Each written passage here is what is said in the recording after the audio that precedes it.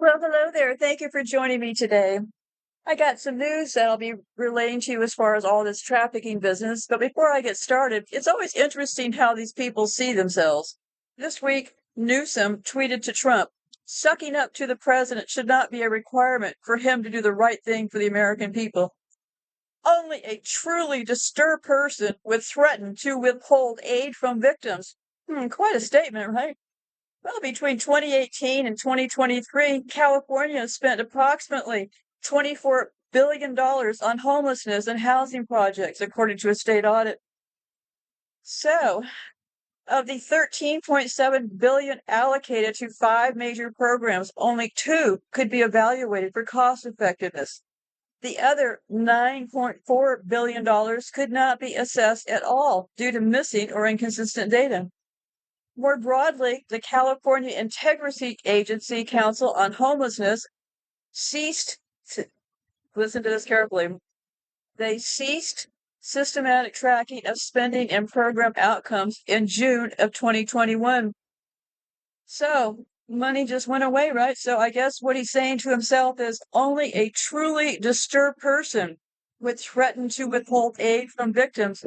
So what does that make somebody who actually withholds aid from victims an even more disturbed person? Well, welcome to the world of psychopaths. Pull up your chair. Let's have a chat today. Today I'm going to be exploring the routes used for trafficking, but many other questions. How does money attract people?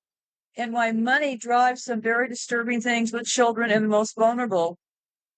In all the victim stories I have read, and I read every one I find, these trafficking victims are not typically in handcuffs. Many times they're right in the open. They talk about the times when they tried to reach out to family, strangers, or whoever they thought might help them. And they all say, if only one person had listened to me. Then they shut down, alone in a world full of people and having to suffer on their own. No help on the way. Betrayal.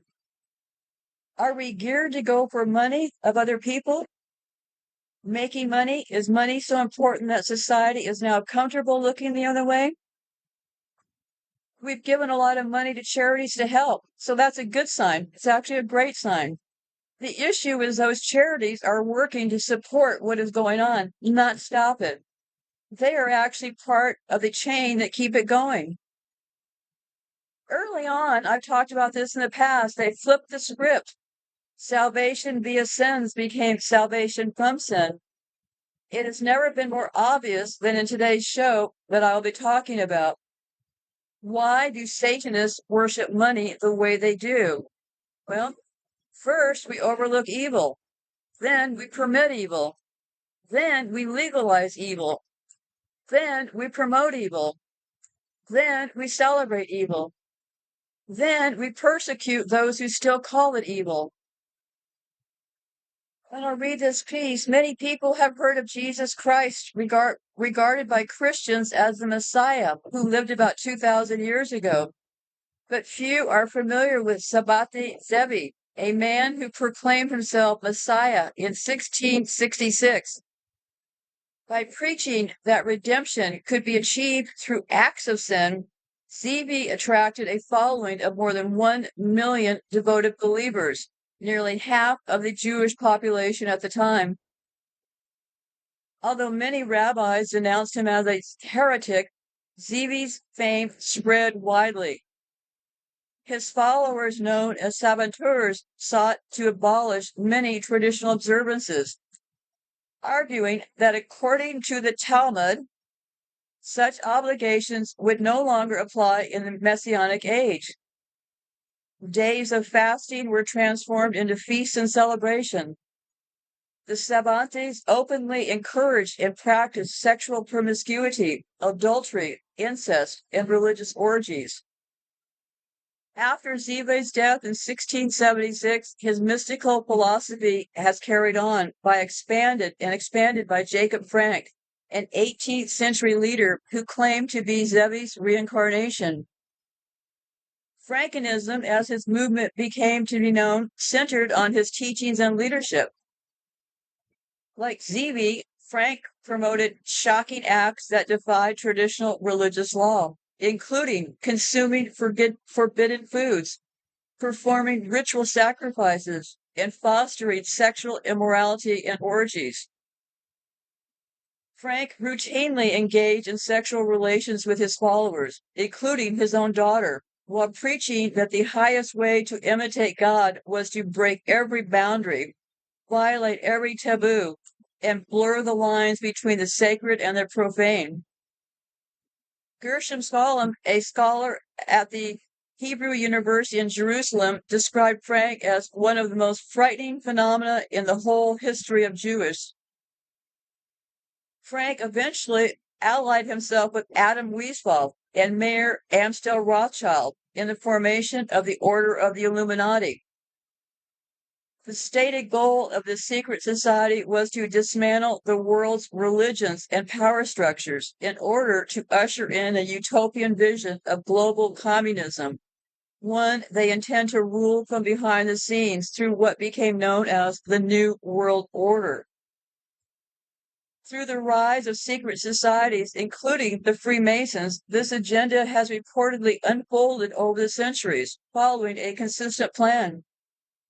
The Illuminati have allegedly maintained control over opposition through near total influence over the media, academia, politics, and finance. While many continue to dismiss these ideas as mere conspiracy theory, a growing number of people are beginning to question whether it represents a genuine or deeply troubling reality.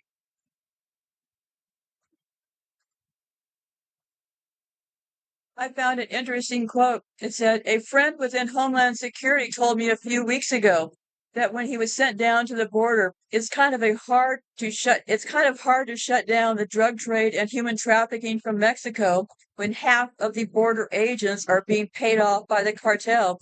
And now you are telling me there are also human trafficking lobbyists? Oh my God, I can't even. Who are we? Who are we? Are we living in America anymore?" Well, somebody else said, "It all sounds nice and dandy, but will fail. Why? People with money will need to spend more on skills for younger generations, exactly what they don't want to do. Not a single soul in this country wants to help the younger generations. You are barely scratching the surface. Wait till you realize that decades of capitalism has created a 100% selfish and narcissistic population. The first thing you were not only missing in order to correct, you were not able to be empathetic anymore. People of this country lost their soul and their kids' grandkids' souls for comfort of decades. Let that sink in." The U.S. allowed deregulation capitalism to hollow out its middle class. Public goods were privatized or neglected: college costs, medical data, housing. Extreme wealth inequality became normalized.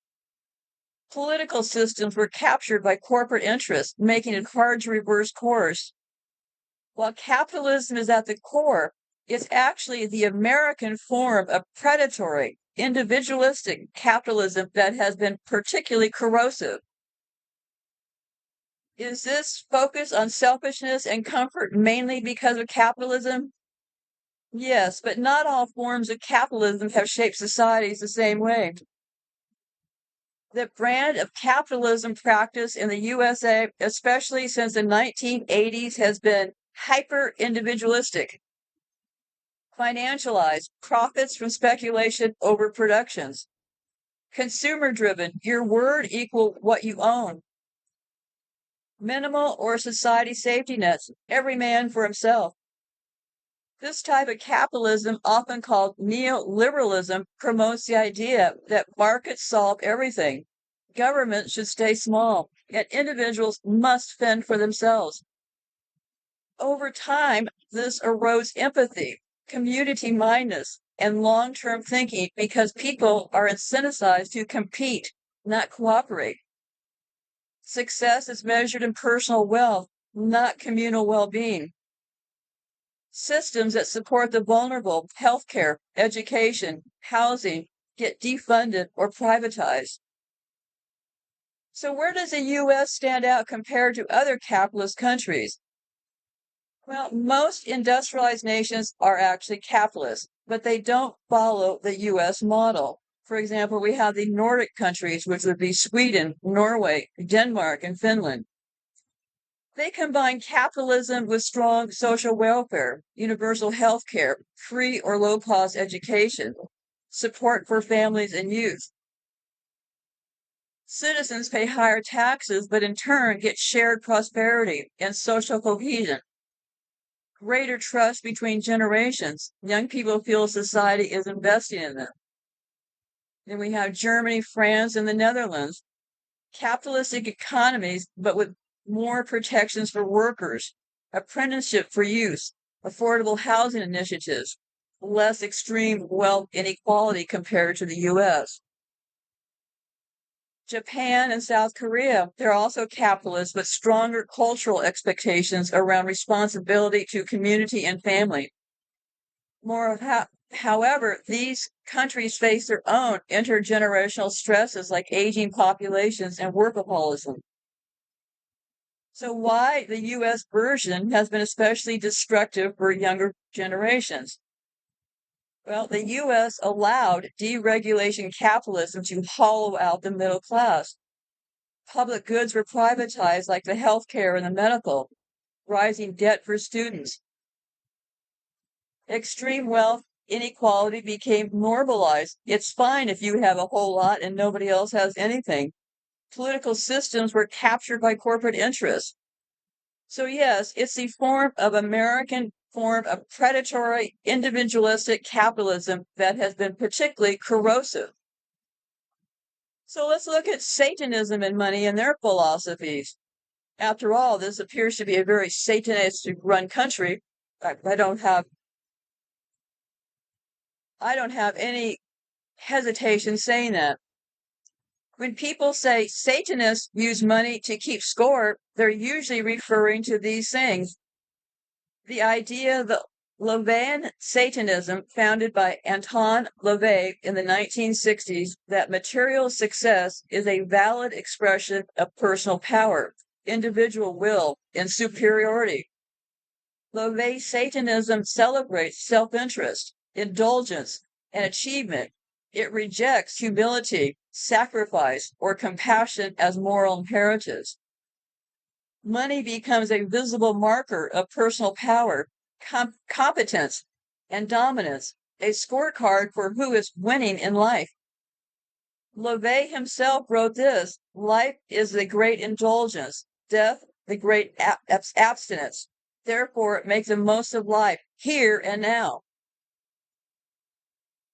Satan represents all of the so-called sins as they all lead to physical, mental, or emotional gratification. Money equals power, success, proof of superiority in this worldview. So where did we get this American capitalism, this hyper-individualism in such an explosive form? Well, we have a lot of markers around us. We have selfishness as a virtue. Greed is good, according to Wall Street. Wealth as proof of worth. If you're rich, it's because you worked hard or are inherently better. Indifference to suffering. The poor are blamed for their own misfortune. Charity is optional. Dominate or be dominated.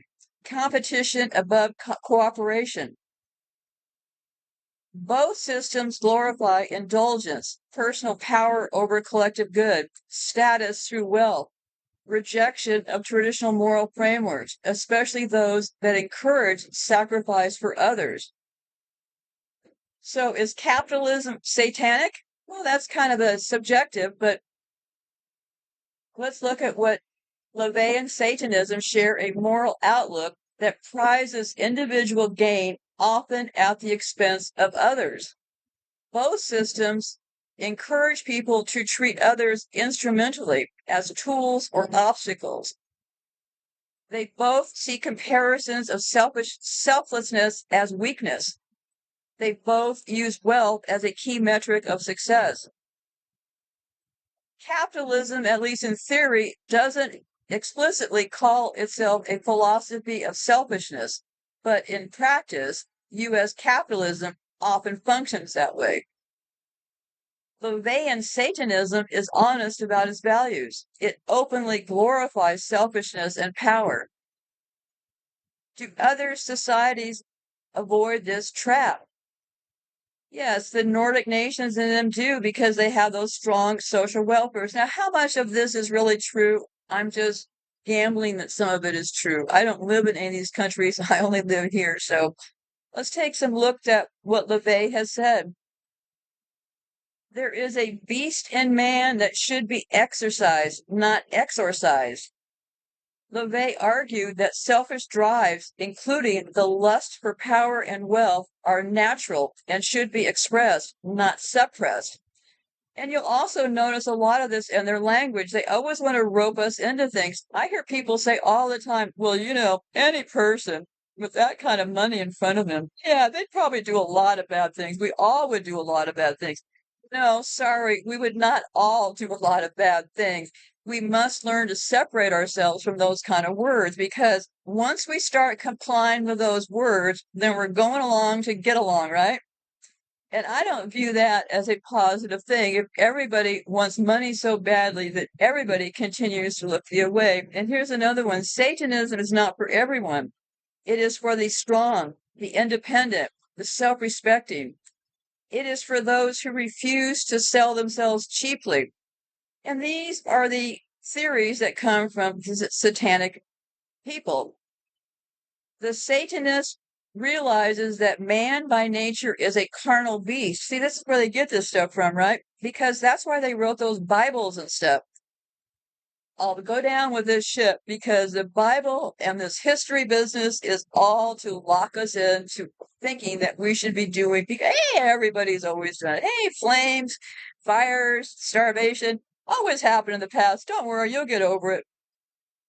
So they realize that man by nature is a carnal beast. Yeah, I guess according to them, more so than any other animal. He therefore accepts the fact that all religions are based on fantasies.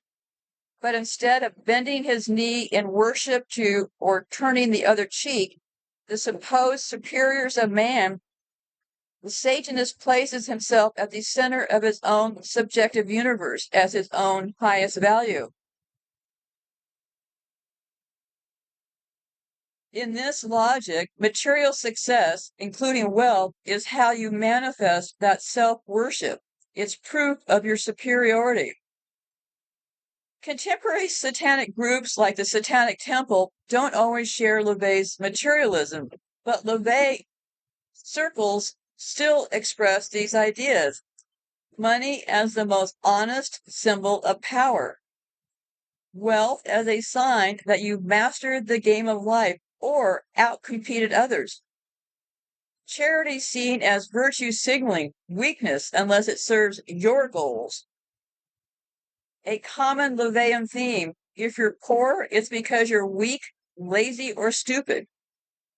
If you're rich, it's because you're powerful and deserving. And you'll read that everywhere. How do you think people like Elon Musk rose to the places that they're in? People assumed, because of this belief, that if you're rich, you're obviously smart, right? You obviously worked harder than the rest of us. So they in turn can look at us and say, well, pull yourself up by your bootstraps. I, with my fake backstory, I have pulled myself up. Look at all that I have achieved. What's wrong with you? So it becomes this huge mix of things. Everybody wants us how to model that behavior. So capitalism in theory, especially early capitalism, was about creating markets where free individuals should trade fairly. It promoted ideas of hard work, thrift, and social order. Adam Smith even emphasized morality and sympathy. But U.S. capitalism, especially post-World War II and hypercharged since the 1980s, evolved to mirror LaVey's values. Wealth equals moral worth. If you're rich, you're smarter, better, more deserving. Greed equals good. Personal gain is celebrated, no matter the cost to others. Power for power's sake. Big companies crushing small ones equals admired. Any suffering equals your fault.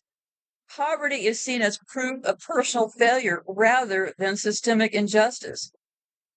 Altruism, optional or suspect. Social safety nets are attacked as handouts. Consumption equal identity. The more you own, the more you are. Figures like Ayn Rand actively preached a philosophy of objectiveness that overlapped with Lope's ideals. Selfishness is a virtue. The man who does not value himself, value anything or anyone. And then we have the Milton Friedman School of Chicago Economics normalized ideas that the only responsibility of business is profit. Market forces alone should shape society. Government's role is minimal, only protecting property rights.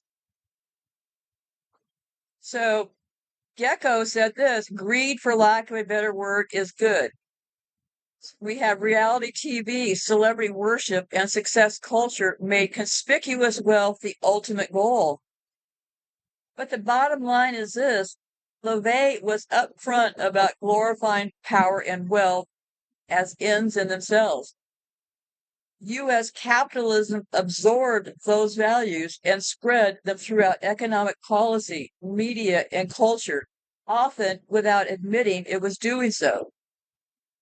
That's why today, what might have once been considered satanic morality is simply mainstream.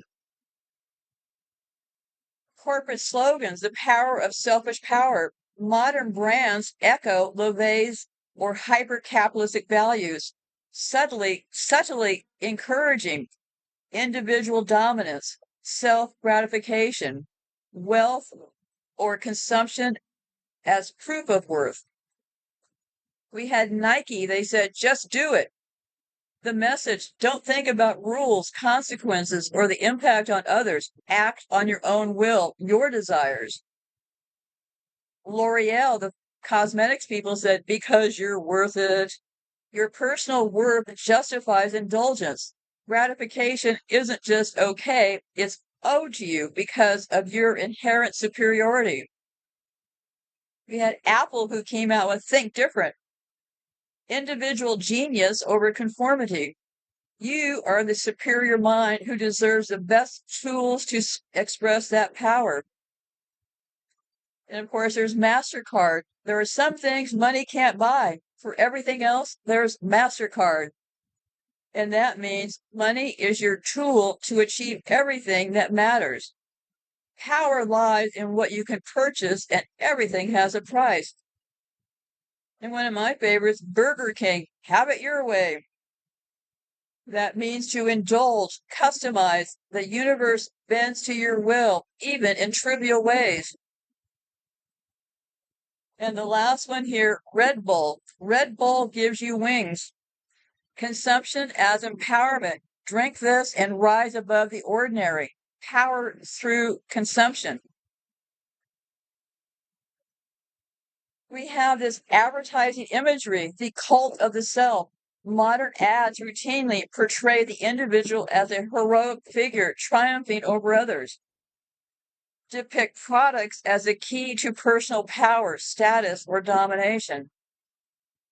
Normalize self-indulgence and consumerism as forms of liberation.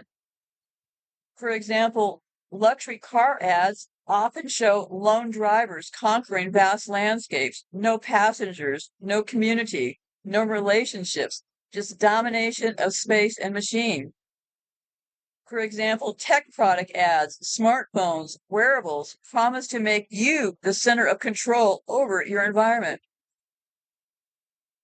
In education, the hidden curriculum, U.S. education, especially in business schools and increasing through K through 12, has absorbed and transmitted these ideas. Teach competition over collaboration. Group work is often graded competitively because of honor roll valedictorians. They create zero-sum reward structures. Celebrate wealth and success stories uncritically.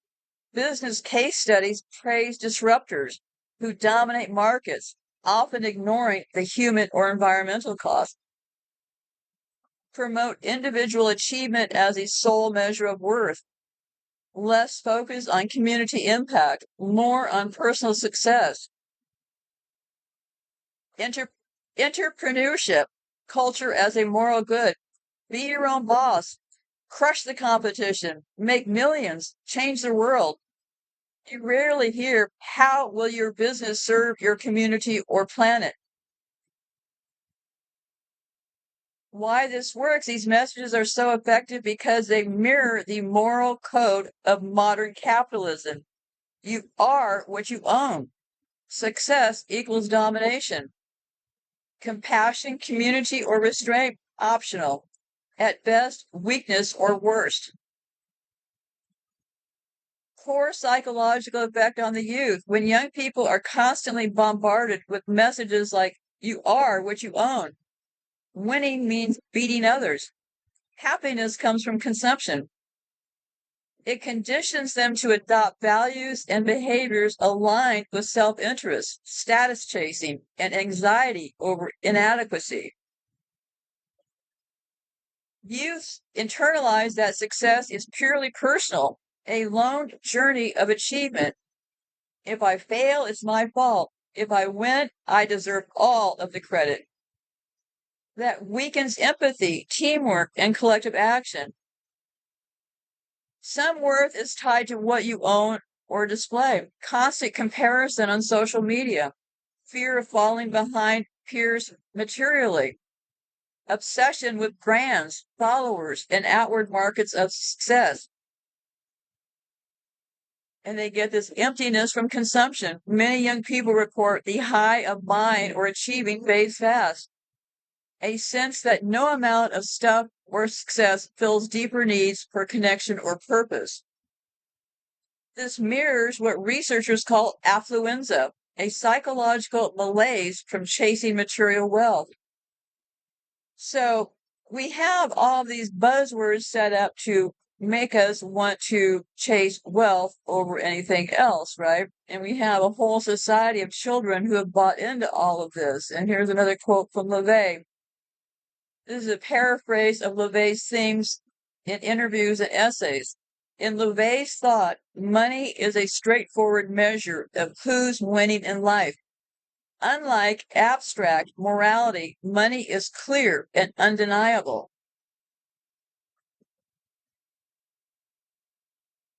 Satanism has been called a religion of the flesh, the mundane, the carnal, and rightly so. We believe in greed, indulgence, and materialism, said LaVey. LaVey openly embraced materialism, arguing that desiring wealth and possessions is natural and healthy.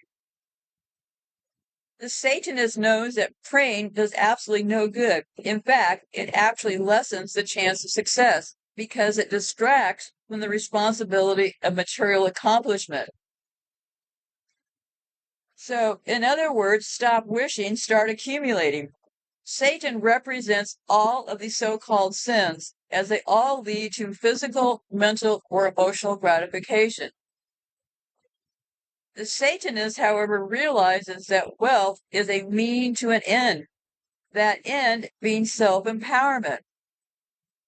In another word by LaVey, wealth is not just for comfort, but a sign and tool of personal power. You can't be a good Satanist and be poor for long, unless you're a fool. Wealth is viewed as a natural result of applying Satanist principles of will, discipline, and mastery over others.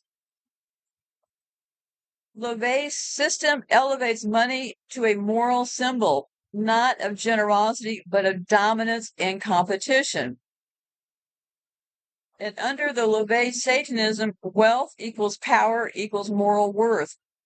Greed equals virtue. Indulgence equals natural and desirable. Compassion equals weakness unless it serves your gain. Score is kept by material success. How mainstream business culture today, corporate success is measured almost solely by profit and market dominance. CEOs are idolized for wealth accumulation, regardless of social harm. Greed is often framed as ambition, vision, or hustle. Companies indulge themselves in luxuries, lavish offices, mega compensation, while cutting workers' benefits. Philanthropy is often performative, a tool for PR, tax breaks, or market access. And let's talk about Milton Friedman, the guy from Chicago. He said the social responsibility of business is to increase its profits. This echoes satanic glorification of self-interest as the highest good. What are some words we hear around companies? Business is war. It frames the economy as a battleground. Dominate or be dominated. Crush the competition. Not just succeed, obliterate others. Power above all. Greed is good. One of the most explicit examples where capitalistic business culture embraced what is essentially a satanic ethic. Failure is not an option. Only power and winning matter. No room for weakness or learning from defeat. Eat what you kill. Used in finance and sales. You deserve what you take. Corporate behaviors that reflect these values, extreme CEO pay gaps, the normalization of paying executives 300 to 1,000 more than average workers justified by the superiority of the few. Companies like Amazon, Meta, and Google using market power not just to succeed, but to crush smaller companies, exploit workers, and manipulate the markets. The glorification of disrupting. Oh, this was a big one. Oh, we're going to have Airbnb. Like we never had vacation rentals in the past, right? Oh, we're going to have Uber cars. Like we never had taxis in the past, right? So the glorification of Silicon Valley disruption, they celebrate companies that destroy industries like Uber, Airbnb, and Tesla with no concern for collateral damage, workers, communities, or small businesses. Philanthropy as branding, giving back, becomes another tool for status and power rather than genuine compassion. And we also have that trickle-down economics. They told us for years and years that we have to give these tax breaks to the wealthy because they're the ones that create jobs, you poor working people. So if we don't give them these huge tax breaks, we'll never get a salary. Yeah, that worked for years and years. Why do you think the U.S. workforce has not had any changes to the minimum wage? The U.S. does all kinds of tricks. For example, I'll give you a short one because I have to keep moving here. You know why we tip in this country? Because the restaurants have rigged it so that the customer pays for their labor. It's really as simple as that. And now they're even trying to take that away. They're pushing this thing about no tips no tax on tips. Well, that is a that is a way to funnel more money back to them. And why should one group of people not get taxed on something? Because they push that no tax on tips because it's going to benefit them down the road. So the reason why the satanic style ethos has seeped in so easily is because it justifies ruthless wealth seeking as moral. It rewards those who accumulate power at any cost. It obscures the human and environmental tool of endless consumption and competition. It breeds systems where inequality, exploitation, and environmental destruction aren't bugs, they're features. It hollows out ethics, reducing morality to personal gain. It leaves younger generations alienated, anxious, and disillusioned. And then we get to the subject of child trafficking, the ultimate act of predatory selfishness. And you have to understand this. Psychopaths are cowards. How hard is it to grab up and steal a bunch of children? They focus on the most vulnerable and tiny little children and act like they're so big and so brave. They are cowards through and through. When someone traffics a child for profit, they have reduced a sacred, vulnerable human being into being property. a commodity to be bought, sold, and used. They're living out the fantasy where power over others, no matter how vile, is the highest good. They are fulfilling the darkest satanic style ethos: dominate, exploit, indulge yourself, and empathy is just for fools. And all of this shows cowards to me. How hard is it to trap and steal children? It takes no strength, no courage, no genius to prey on the defenseless. It is the act of a moral weakling, someone who chooses the easiest, most despicable form of domination to feed their greed or perverse appetites. The trafficker builds the illusion of power on the suffering of those least able to resist. I'll repeat that. The trafficker builds their illusion of power on the suffering of those least able to resist. And that, in my mind, is a definition of a coward. So in LaVey Satanism and in the dark heart of predatory capitalism, the weak exist to be used by the strong. Power in its own justification. If you can get away with it, it's your right. Empathy, compassion, and resistance are seen as weaknesses to be shed. In trafficking, you see these ideas taken to their ultimate extreme, where even the most basic human bonds protecting children are shattered in service to profit or gratification. The lie of power: trafficking children doesn't show power, it reveals moral emptiness. True strength protects the vulnerable. The trafficker, despite any wealth or status they gain, remains at their core a coward and a parasite. I'll repeat that. The trafficker, despite any wealth or status they gain, remains at their core a coward and a parasite. And I'm looking at you, Belgium and Amsterdam. The bigger system, the fact that trafficking thrives in the shadow of hyper-capitalism, greed-driven systems, where children, like everything else, can become commodities, where the score is kept in dollars, no matter the human cost. And those at the top often benefit or look the other way, because stopping it would mean confronting the moral rot of the entire system. Historically, how child exploitation has linked to wealth and power. We had child labor in the Industrial Revolution, 18th and 19th centuries. Rapid industrialization in Europe and North America created huge demands for cheap labor. Children, often as young as 5, worked in factories, mines, and mills under brutal conditions for low wages. And this is what we're returning to right now, because wealthy industrialists sought to maximize profits by exploiting cheap, compliant labor. Political elites and business magnates often ignored or suppressed calls to reform to protect economic interests.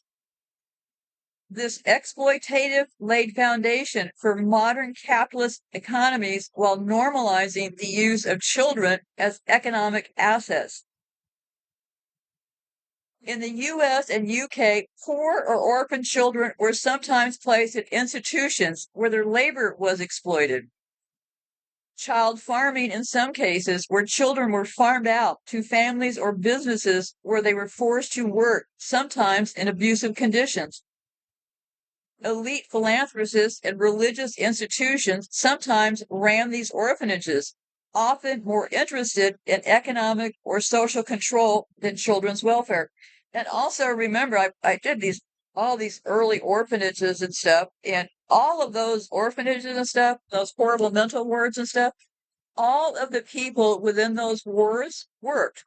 They literally put everybody to work, and they had very, very little overhead. They do this time and time again, like Opus Dei. Those criminals, what they do is they go around to South America and different countries and recruit young women wanting to, live a life with, as they present it, with God or whatever. And what ends up, well, they end up being the kitchen servants, the maids, and all that. So pretty much a lot of the staff for Opus Dei facilities come from, well, I would consider it a form of slave labor, right? Trick people into thinking they're going to be learning about God, and really they're there to clean the toilets. I mean, come on, this has been going on forever. So, yeah, all these facilities that I went over years ago, I still remember it, and none of them had to have much in expenses because the people themselves did all the power, so did all the work. Excuse me. Um, Elite philanthropists and religious institutions sometimes ran these orphanages, often more interested in economic or social control. Yeah, that's how it all works, right? Uh, so there's a lot of this going on because it has always gone on, right? Somehow people have always agreed with this.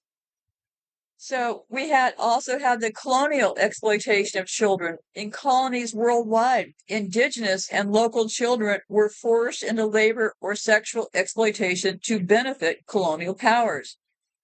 There was economic exploitation, child labor on plantations, in mines, or as domestic servants. Imperial governments and multinational corporations profited from these systems, enforcing racial and economic hierarchies. Then, of course, we have the child sex trade and elite networks from the 20th century to the present. Investigations have repeatedly shown that child trafficking rings often involve or protect wealthy and politically connected individuals. There's corruption. Law enforcement and judicial systems are sometimes compromised to shield perpetrators. So you think so? I have uncovered one thing that they've all been ignoring, and I'll be getting to that here shortly. One thing that all these agencies, everybody is colluding to ignore. So we have the Franklin scandal here in the U.S., 1980s to 1990s, involved alleged abuses and trafficking connected to political favors. Of course, we have I'm not going to get into all the child labor. We already got a picture on that. We have the orphanages and child farming. Let's get to the child sex trafficking linked to power and wealth. Investigations have repeatedly shown that child trafficking rings often involve or protect wealthy or politically connected individuals. Keep that thought in mind. So they always get taken care of, right? And I'm not going to go through all these pedophile ring things, but the point here today is that we have a very long past. And we also have a past of when people try to report some of these cases, they end up getting murdered. What do you think's happening to me right now for talking about evil? I'm being murdered. During the Marc Dutroux case in Belgium, the Marc Dutroux case in Belgium, they had witness deaths. I mean, somebody wrote a book that 14 or so witnesses ended up dead trying to help those victims, okay? Well, everybody else looked the other way. Hey, too bad 14 of you died, right? So there's always people who bite the dust. For example, in the McMartin case, the woman who initially and bravely reported the abuse at the McMartin preschool, she ended up dead on the floor of her living room. She was claimed to be an alcoholic for wanting to report her son having been anally raped at that daycare. So we also have a history of watching people who try to do the right thing come forward, and we just kind of watch as they all got killed, right? So, yeah, we seem to be comfortable with all that. And then you need to realize that when those of us are out here telling the truth, we're in pretty isolated positions, right? Everybody acts like if they talk to one of us, that they're going to get them too. That's not how it works, but that is how it works in reality, right? Oh, they got them. I don't want them to get me. That's because you're a fucking coward if you're thinking that way. Sorry, I have to say it. You are a coward if you're thinking that way. A self-preserving coward is how I would state that would be, because you're too afraid to step forward. So you're okay if somebody else who steps forward gets the gun, but you need to stay in the background, right? You don't want to get yourself involved with some kid who's trafficking. So anyway, yeah, so in all these cases, but here's why I think it happens. So I think that belief in reincarnation may affect the response to threats. Because for those of us who believe in reincarnation, they may see death not as an end, but as a transition to a new beginning. This can reduce fear of physical harm or death since it's part of a larger soul journey. So consequently, threats involving death or physical violence might have less psychological impact or be less effective in silencing people like me. Such beliefs can empower people to stand up against abuse or injustice despite threats. For those who don't believe in reincarnation, death might be perceived as final, making threats feel more absolute and terrifying. The fear of losing this one and only life can amplify vulnerability to intimidation. Threats can thus work more effectively to silence or to control behavior. I'm going to put this on hold and take a break right here. I have a lot to say today. I'm determined to get through this entire trafficking thing today, so let me go take a break and I will be back.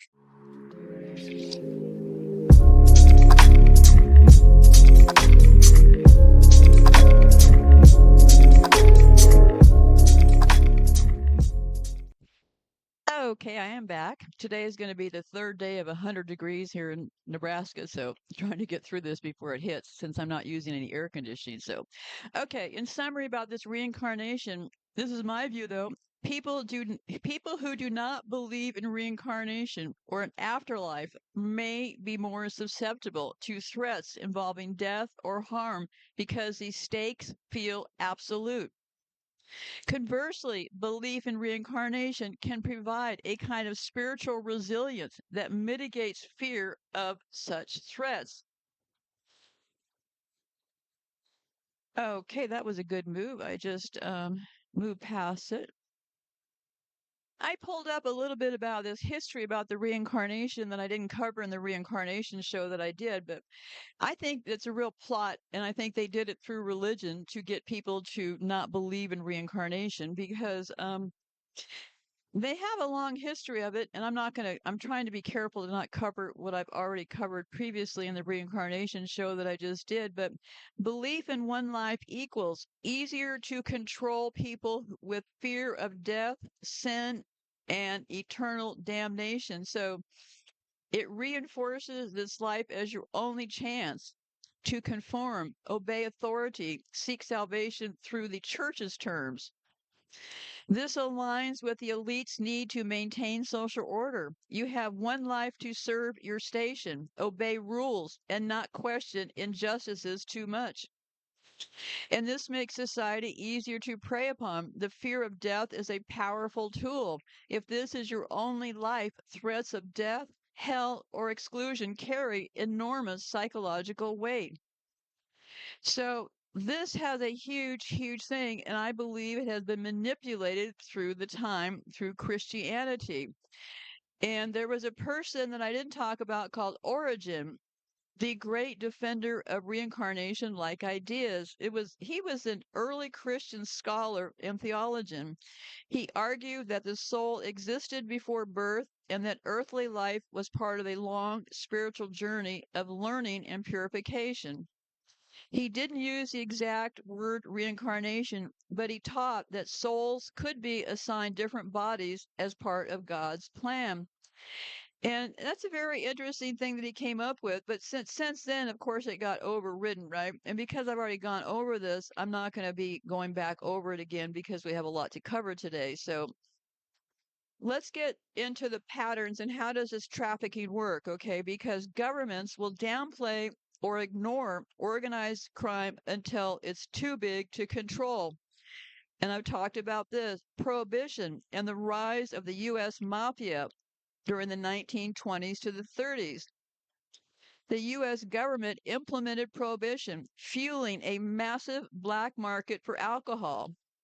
Law enforcement largely focused on small time bootleggers, while organized crime syndicates grew rich and powerful. Officials often ignored or underestimated the scale or were corrupted. By the time the federal government truly confronted the mafia, The FBI's top hoodlum program, it was entrenched in business, politics, and unions. And then, of course, we have in the Netherlands and the rise of the so-called Moroccan mafia, the Macro mafia. And keep this Moroccan mafia in mind because I have, well, I figured out the Fez hat. I know you probably think I've been crazy talking about the Fez hat. I've been saying all along that whoever took over this game board were wearing Fez hats. I appointed myself kind of a hat expert. I remember one day when I discovered that Santa and the Pope both wore the same hat. Well, that really changed the trajectory of my research once I started figuring out this hat business, right? Well, I have much more on this Fez business, and it will knock your socks off. But anyway, so yeah, Morocco Mafia. Yeah, of course they let that go. Authorities long treated drug smuggling and gang activity as a nuisance rather than a serious threat. So, and they had the liberal stance was soft on drugs, and Moroccan Dutch crime groups evolved from petty crime into international syndicates. Dutch officials later admitted they underestimated the threat, especially after some high profile murders. So, let's talk about ISIS. I was buzzing along looking at trafficking things, and I keep running across ISIS. So, ISIS and similar groups massively accelerated certain forms of trafficking. So, when ISIS rose in 2013 to 2014, sexual slavery was systematized, especially of the Yazidi women and girls, with active markets in Mosul, Iraq, etc. At the same time, children and adults were trafficked for forced marriage, combat roles, labor, and ransom. Organized crime and terrorist funding blended. ISIS and aligned networks used human trafficking, extortion, smuggling, and kidnapping for profit. These practices of ISIS did not invent trafficking, but supercharged it. The scale and brutality, institutionalized sex slavery, online slave markets were widely publicized. Trafficking flows spiked, especially among refugees and migration routes, with criminal networks exploiting chaos in Libya, Iraq, and Syria. But trafficking was massive before ISIS. So there were some major trafficking things that predate ISIS, okay? And these were all still done, well, I would have to guess by the US military, but let me go through this and then you will have to kind of think and decide for yourself. In the 1990s, they had the Balkan Wars, and that was what, 10, 20 years before ISIS, right? Trafficking of women for prostitution exploded after these conflicts, with criminal networks linked to paramilitaries, corrupt officials, and even peacekeepers. During the post-Soviet collapse, opened huge trafficking routes into Europe and the Middle East. Globalization of cheap labor. By the 2000s, forced labor was deeply embedded in agriculture, construction, textiles, etc. But ISIS tapped into and amplified pre-existing trafficking systems. So what really happened in the ISIS era, the rise of ISIS coincided with regional collapse of Syria, Iraq, Libya, and Yemen. It caused the massive displacement of millions of refugees, a trafficker's dream. It was the perfect storm for trafficking networks to grow, blending jihadist, mafia, and smuggling economies. ISIS made trafficking more visible. For example, those slave markets, propagandas, bragging about sexual enslavement. And ISIS introduced a more formalized part of terrorism finance. Trafficking didn't start with ISIS, but the rise of ISIS supercharged in the Middle East and along migration routes and brought practices like sex slavery into the global spotlight. Meanwhile, other trafficking economies, like in Latin America, Southeast Asia, and Europe, were already booming on their own. So, yeah, authorities often highlight frameworks, action plans, cooperation, but actual disruption of major networks is always minimal. And this is what I found. So, of all of these groups, so why is this happening? Governments may not want to admit how far crime has infiltrated systems until public outrage forces action. Cross border crime is complex. Early intervention requires political will plus resources. Most states won't commit until the damage is visible. Because here's the big trap here. There is no cross-border reporting. I have looked at this issue from every single angle. I could not believe what is going on. I seriously am still kind of stunned that it's such a simple trick that they have pulled. Basically, what they have done is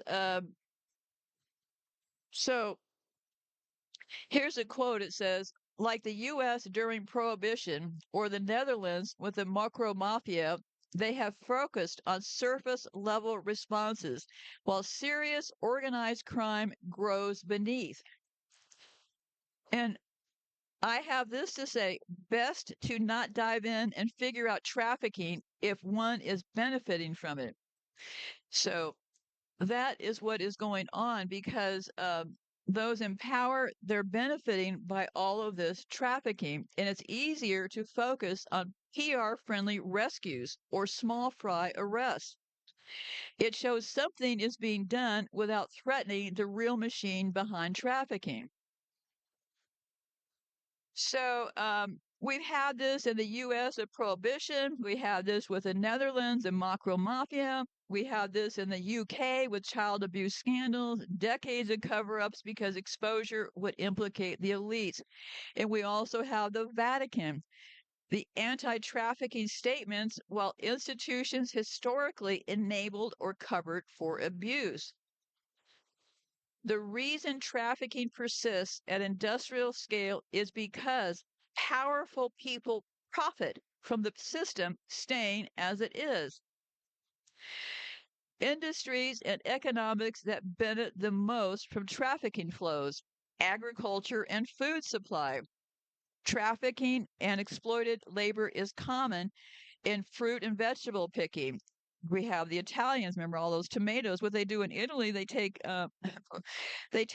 migrants who were there without paperwork and stuff and can't get paperwork and haul them off to pick those tomatoes that they use as their whole crime network. And in Spain, they have these greenhouses pay the same thing. They're also used in fishing, the Thailand seafood industry, where enslaved workers were found on trawlers supplying global markets. And yes, that is a horrible thing. What they're doing is they get people to sign up to these boats to go out fishing, and they're literally there for months, months and months and months on these boats, and they cannot escape because the benefit is cheap, invisible labor, keeping food prices low and profit margins high for agribusiness and suppliers. Of course, we've got the construction business, large construction projects, especially in places like the Gulf states, UAE, Qatar. There's major trafficking of South Asian workers. Parts of Eastern Europe where cheap traffic labor for real estate booms. So, and we have domestic care. I mean, there's some parts of the world, and I won't name the country because I'm a little bit confused by right now, but there is one country that people import these cheap maids and stuff. And really, everybody in that country had an imported maid, and a lot of them were abusing those maids because I think you could get a maid for like, oh, I don't know, 2 or 3 year contract for a couple $1,000s. So everybody's like, yeah, we got to get a maid too. So yeah, the domestic and care work is monstrous. And then of course we have this sex industry and shadow tourism. So um, and in Europe, we have Germany, the Netherlands, UK, and Spain. Their demand drives trafficking for prostitution. So, yeah, it's all the sex tourism business, right? So, local economies are enriched enriched by related industries, hotels, bars, taxis, clubs, and complicit officials skim profits via corruption. So yeah, there's a lot of forced labor. As a matter of fact, the people that do that palm oil, that whole part of the world, those people, a lot of them are all slaves. They've been there for generations, can't escape. So there have been a couple where people have tried to intercede. For example, the Thailand seafood industry in 2014 to 2016, there was action after global exposure from the AP, the Guardian investigation. The Thai government cracked down on forced labor in fishing. Well, so what happened? Well, there were a few arrests, reforms in licensing, some cleanup of supply chains. EU threatened some trade sanctions, but what was the political cost? Well, resistance from industry, threats and attacks against activists and whistleblowers, and deep-seated corruption slowed progress. So they had a modern slavery act in the UK, and let me see, police targeted individuals in nail salons, agriculture, and brothels. And what was the impact of that? Well, hundreds of victims were rescued. Supply chain reporting was improved. What does that mean? I don't know. Businesses complained of red tape. Enforcement was uneven. Tension over immigration policies clashing with victim protection. Of course, in Qatar, they were over there, the World Cup 2020. Remember this well.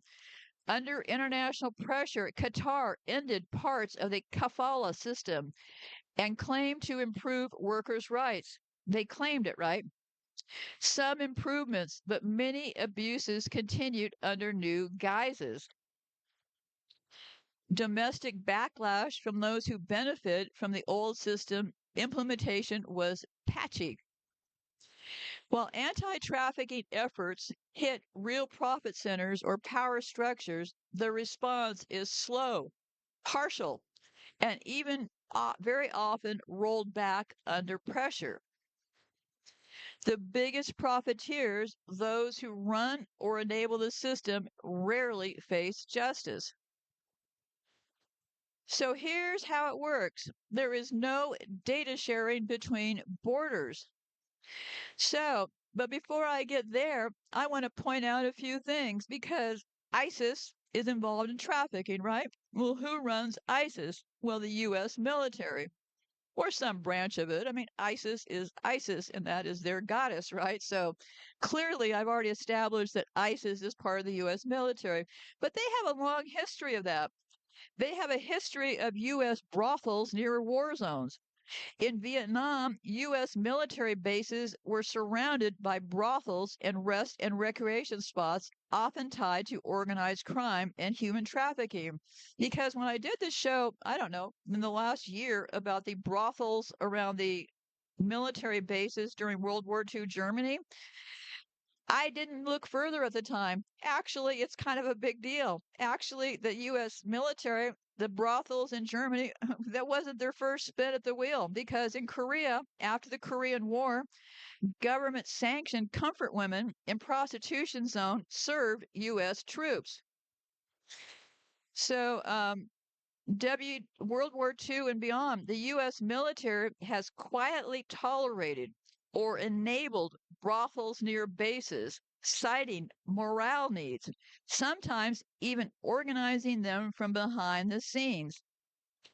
These brothels, which are often tied into black markets of drugs, arms, and human trafficking, that intelligence agencies were known to manipulate.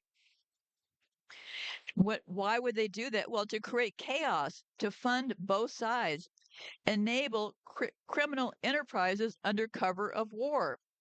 It justifies endless interventions, consolidating power and profit. I think anybody they probably get arrested is probably somebody that's trying to compete with them, right? So let's do a little run through here.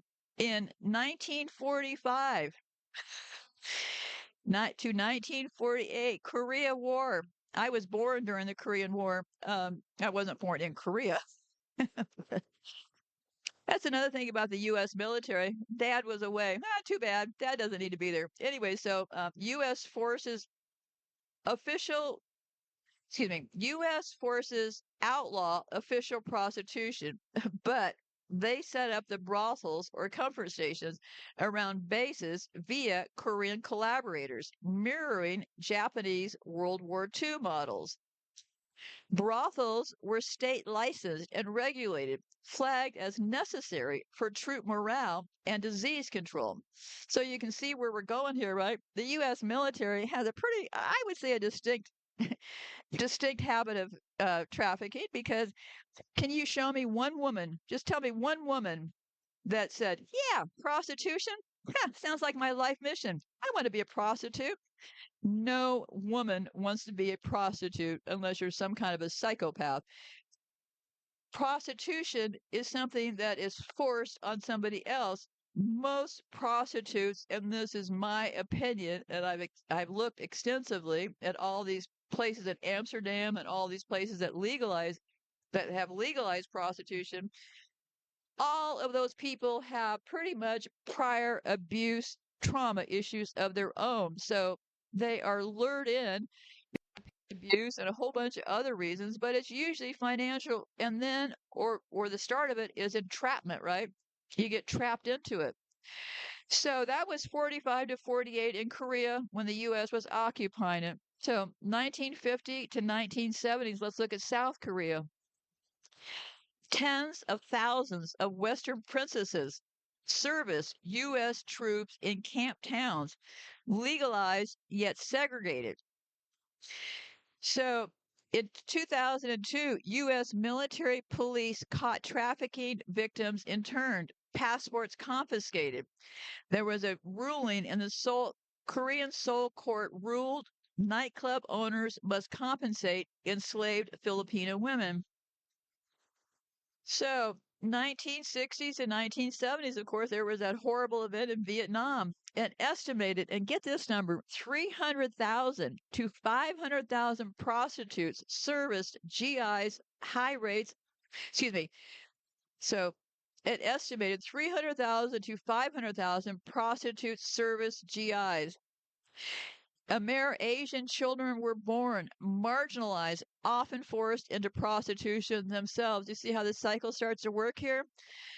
In the 1960s to 1970s, the Southeast Asian drug trafficking, CIA and OSS engaged in local drug networks, Burmese guerrillas.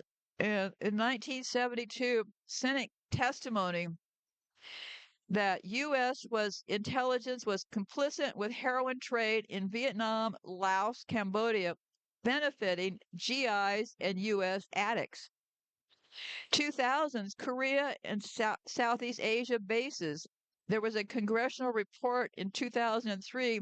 They confirmed trafficked women from multiple Asian countries working in bars near U.S. military bases. They also confirmed that military police or MPs were often friendly with pimps. Sexual trafficking persists and evolves into sex tourism when U.S. troops leave. So, yeah, kind of a nice handy happen thing, right? They set it up for the U.S. troops, and then it continues as sex tourism. See how this all starts to bleed? They don't want to give it up, right? So they just come up with a new way to continue to abuse people. And one thing that never gets mentioned, and I'm going to mention it again, there are a lot of men and boys also in this picture, but nobody seems to want to talk about them. And I'll remind you, just because I'm talking about women in these places does not mean there's also a bunch of men and boys getting raped and whatever, right? So let's look at 2003 onwards, the Iraq invasion. U.S. disbands Iraq army, causing vacuum where Al Qaeda in Iraq arises, later morphing into ISIS. The CIA monitoring of Zawagi site in Iraq had captured plan halted to avoid disrupting. I don't know what that means, but anyway, so we went from having bases with prostitutes around the bases to actually sex trafficking, right? Sex tourism. In 2011 to 2013, we had the Syria proxy war, and this is where it really picks up. The CIA and MI6 operation called Timber Sycamore. I don't know. There's this thing about these sophilas that I don't really understand that. But anyway, so DIA intel ignored by the White House that aided in the rise of ISIS. So right here, 2011 to 2013, we've already had the prostitutions next to the bases. We now have the sex tourism going on, and now we got ISIS in the picture to run the trafficking. Kind of crazy, right? And it's all based on this thing. I don't understand it because I'm a little fuzzy today, but I'll read it for you. It's called the Salafist factions, Salafist. They are extreme Islamic movements that seek to return to the practices of the early generations of Muslims known as Salaf. They emphasize a literal interpretation of the Quran and Hadith. So anyway, so 2013 to 2014, we have the rise of ISIS. Yeah, that's when it all really gets started. So there was a congressional hearing in 2003. They said military police have friendly relations with pimps and bar owners where there are trafficked women. There was a testimony in 1972. American officials of condoning and even cooperating with corrupt elements, distributing heroin to American GIs. There was another testimony in 2002. We literally had guys inside the camp, chemical and biological weapons. We're giving them time and space. If the situation unravels, it's what the supporting powers want to isolate the Syrian regime. So sex, drugs, and war become instruments of power. Brothels distract the troops. Trafficking funds illegal networks. And drugs maintain dependency. So ISIS emerged from the same Cold War type playbook: chaos versus proxies, covert support, built in cover stories. Modern covert ops like Timber Sycamore mirror the old tactics like Operation Cyclone, building layers and layers of plausible deniability. So I have a timeline, and all of this will be on my show notes. I'm trying to make a real good effort to give you as much of my notes. So pretty much everything I'm talking about today is available for you to take a look at yourself. This isn't a matter of me understanding this. It's too hard in an hour or so podcast to grasp all these details. So I encourage you to look for yourself because there may be things that I didn't cover today that you can also read for yourself right there. So let's look at the timeline of war zones, brothels, and trafficking. Well, it started in 1939 to 1945, World War II Germany and occupied Europe. The Nazi regime built over 100 military brothels for the SS troops across occupied Europe with forced and coerced women, many kidnapped from Eastern Europe in concentration camps. There was a notable facility called Salon Kitty in Berlin, which functioned as an intelligence brothel used by the Gestapo to spy on patrons. There were approximately 34,000 women who were sexually enslaved, serving up to 30 soldiers a day under harsh conditions. You heard me right. 30 soldiers a day were raping one woman. 1944 to 1946, the U.S. occupation in France and Germany. U.S. forces tolerated or indirectly supported brothels in liberated zones, including the infamous Blue and Gray Corral, established by Major General Gerhardt in France. Official policy paradox: troops warned verbally but left fraternized largely unenforced. Military brothels sprang up near front lines.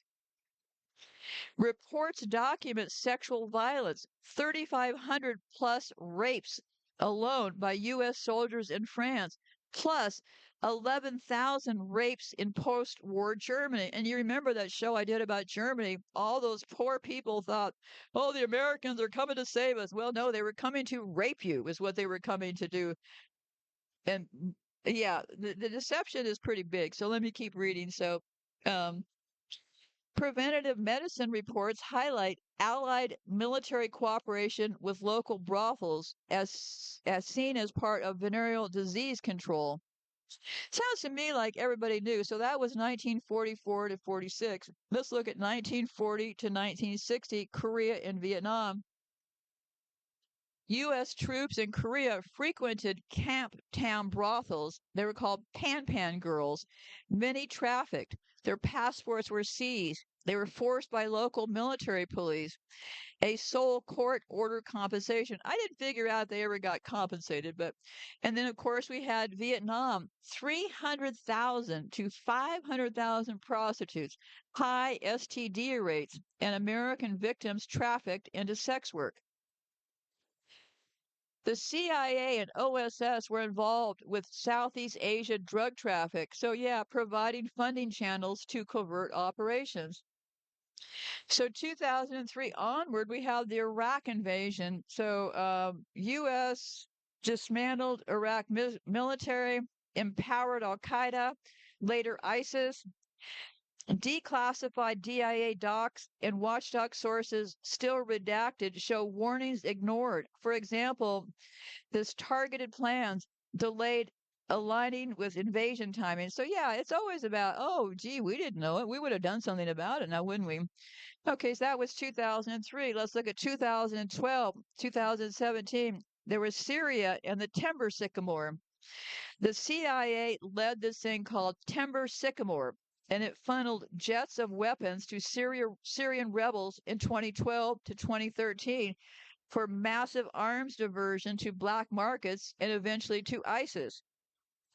Public records show U.S. and UK Gulf states jointly supplied weapons that ended up empowering ISIS. So there were a few declassified things that came up that I was able to access. There was a DIA memo in 2012. It warned supporting powers will help Salafist principality. They were ignored in facilitating the ISIS rise. And there was a CIA 1967 memo which reveals long-standing policy exempt intelligence materials from automatic declassification, a tactic that limits transparency on covert ops. History Stack Exchange and U.S. Army records, every division had its own brothel. Army kept tight controls, indicating an institutionalized framework.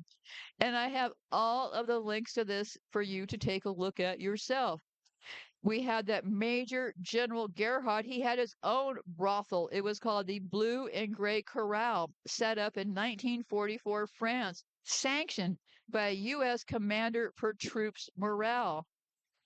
I would have to say the U.S. has quite a long history in running trafficking networks, but hey, that's just my opinion, right? Maybe I'm a little bit jaded. Maybe I'm a little bit jaded, or maybe this is all just these shark infested waters we're all swimming in now, right? So, sexual control networks from Nazi Germany and U.S. World War II fronts to Cold War Asia, brothels have functioned as tools for troop control, intelligence, and trafficking. It says it right there, right?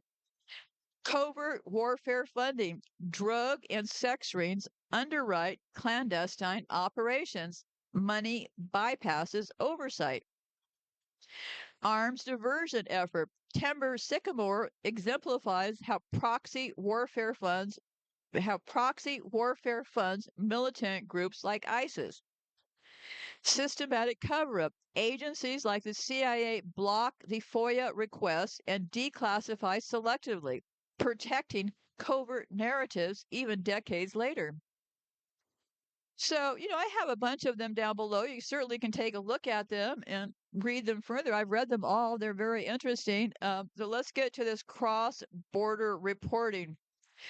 Traffickers almost always move victims rapidly across regions or borders to confuse and disorient the victim, to also avoid detection by law enforcement in the original location. So, trafficking, just like the word, typically when they grab a person, a body, or kid, or whatever, the movement happens right then. They become trafficked, right? They may color their hair, they may do some things, but they usually move them out of that area, right? So that's why cross border reporting is such a critical issue, because it exploits the weak cooperation between jurisdictions. It takes advantage of different differences in legal protections or enforcement. A victim taken across a border becomes harder to trace because local law enforcement systems stop tracking them. I have had so much trouble in my own mind to understand the evil behind all of this, right? There are groups of people that have facilitated so that nobody knows of what's going on between this borders. A new case in the next country where no one may even realize the person is missing. Without real-time cross-border reporting, precious hours and days are lost, and most victims slip through the cracks. Well, that's the plan, not the bug in the system, right? So, what does the data tell us? According to the UN and Interpol, they report a large proportion of trafficking victims are transported across at least one border within 48 hours of abduction or recruitment. The chance of rescue drops dramatically if not located within the first 72 hours.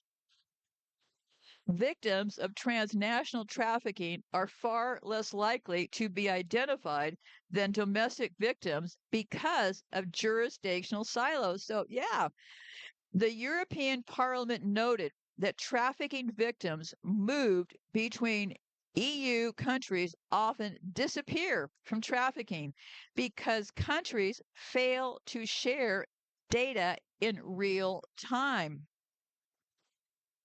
Despite decades of recognition of this problem, and hear me very clearly, there is no global real-time mandatory tracking victim reporting system. NGOs, governments, and police databases are fragmented and often incompatible. Efforts like Interpol notices, excuse me, efforts like Interpol, they notices Europol systems or regional agreements exist, but they are underused, voluntary, or too slow. How many people could be saved from this?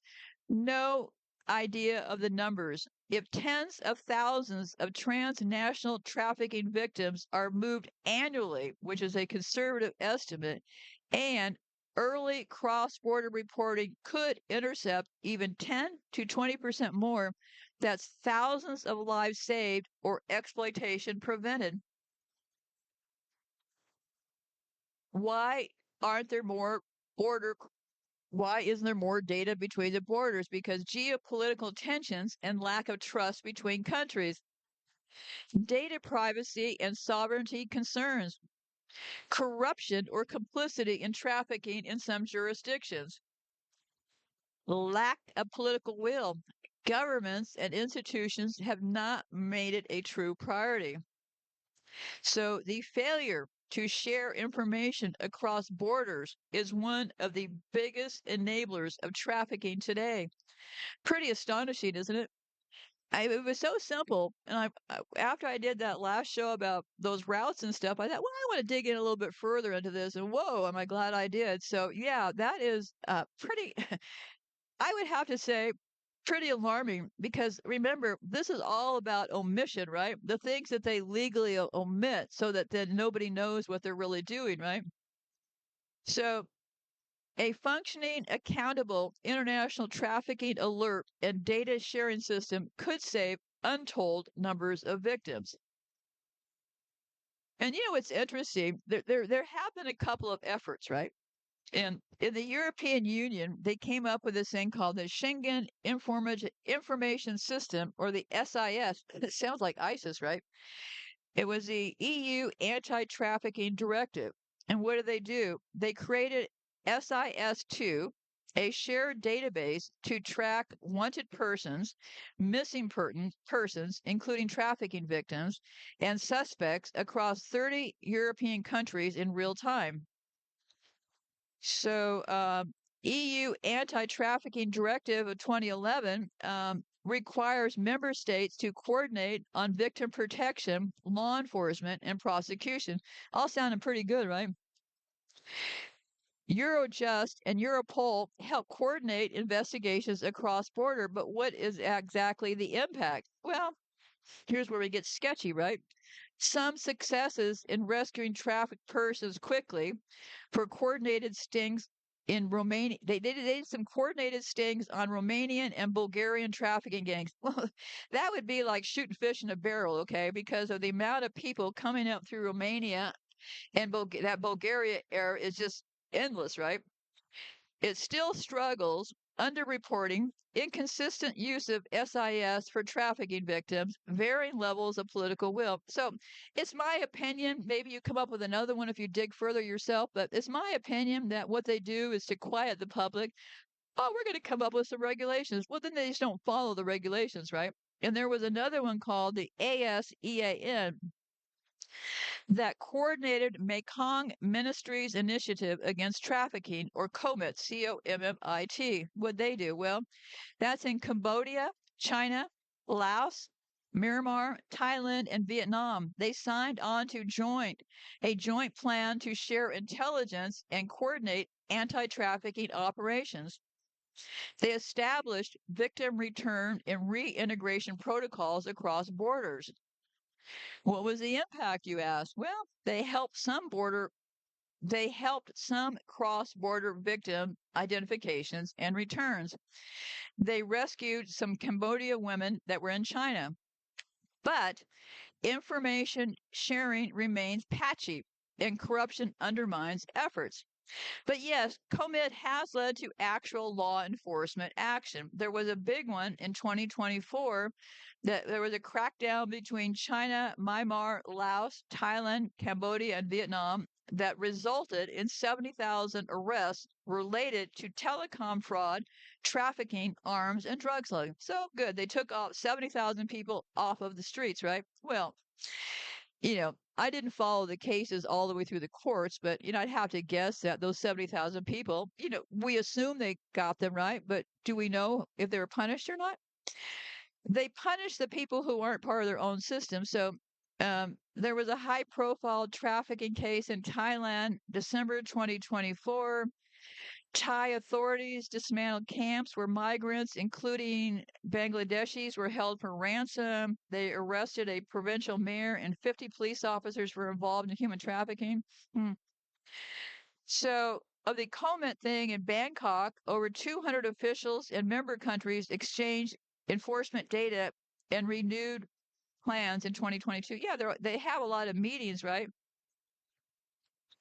So, I have a list of the ones they claim they've intercepted, but it's a very thin list. You won't wear out your reading time by looking at these lists. Okay, I can guarantee you that. So commit supposedly facilitates stronger coordination between governments sharing intelligence. So yeah.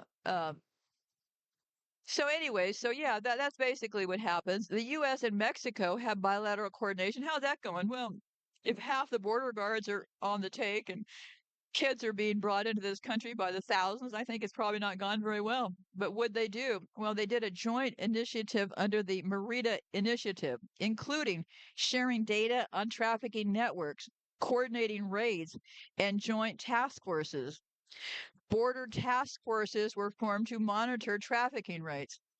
What was the impact, you asked? Well, some success in dismantling networks, but overwhelmed by larger migration and security challenges. Trafficking victims often lost in broader immigration enforcement focus.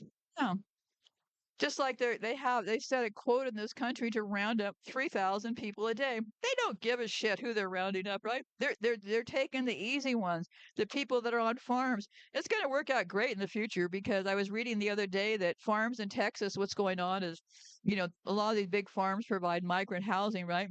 Farmers are reporting, hey, I woke up the next morning. Everybody from my labor force moved out during the night. Well, good for those workers. Get out of this country. Leave while you can. This country is going to be the first to go down. We're going to go down in a ball of flames. So I think these migrants should all be vacating this country if they're smart. Get out of here. Get out of here. So yeah, farmers are finding that entire groups of Mexican workers or South America or wherever the workers are coming from during the night, they're literally packing up and leaving. I wonder how that's going to all turn out. I just wonder. I'm going to put this on hold, take a break here.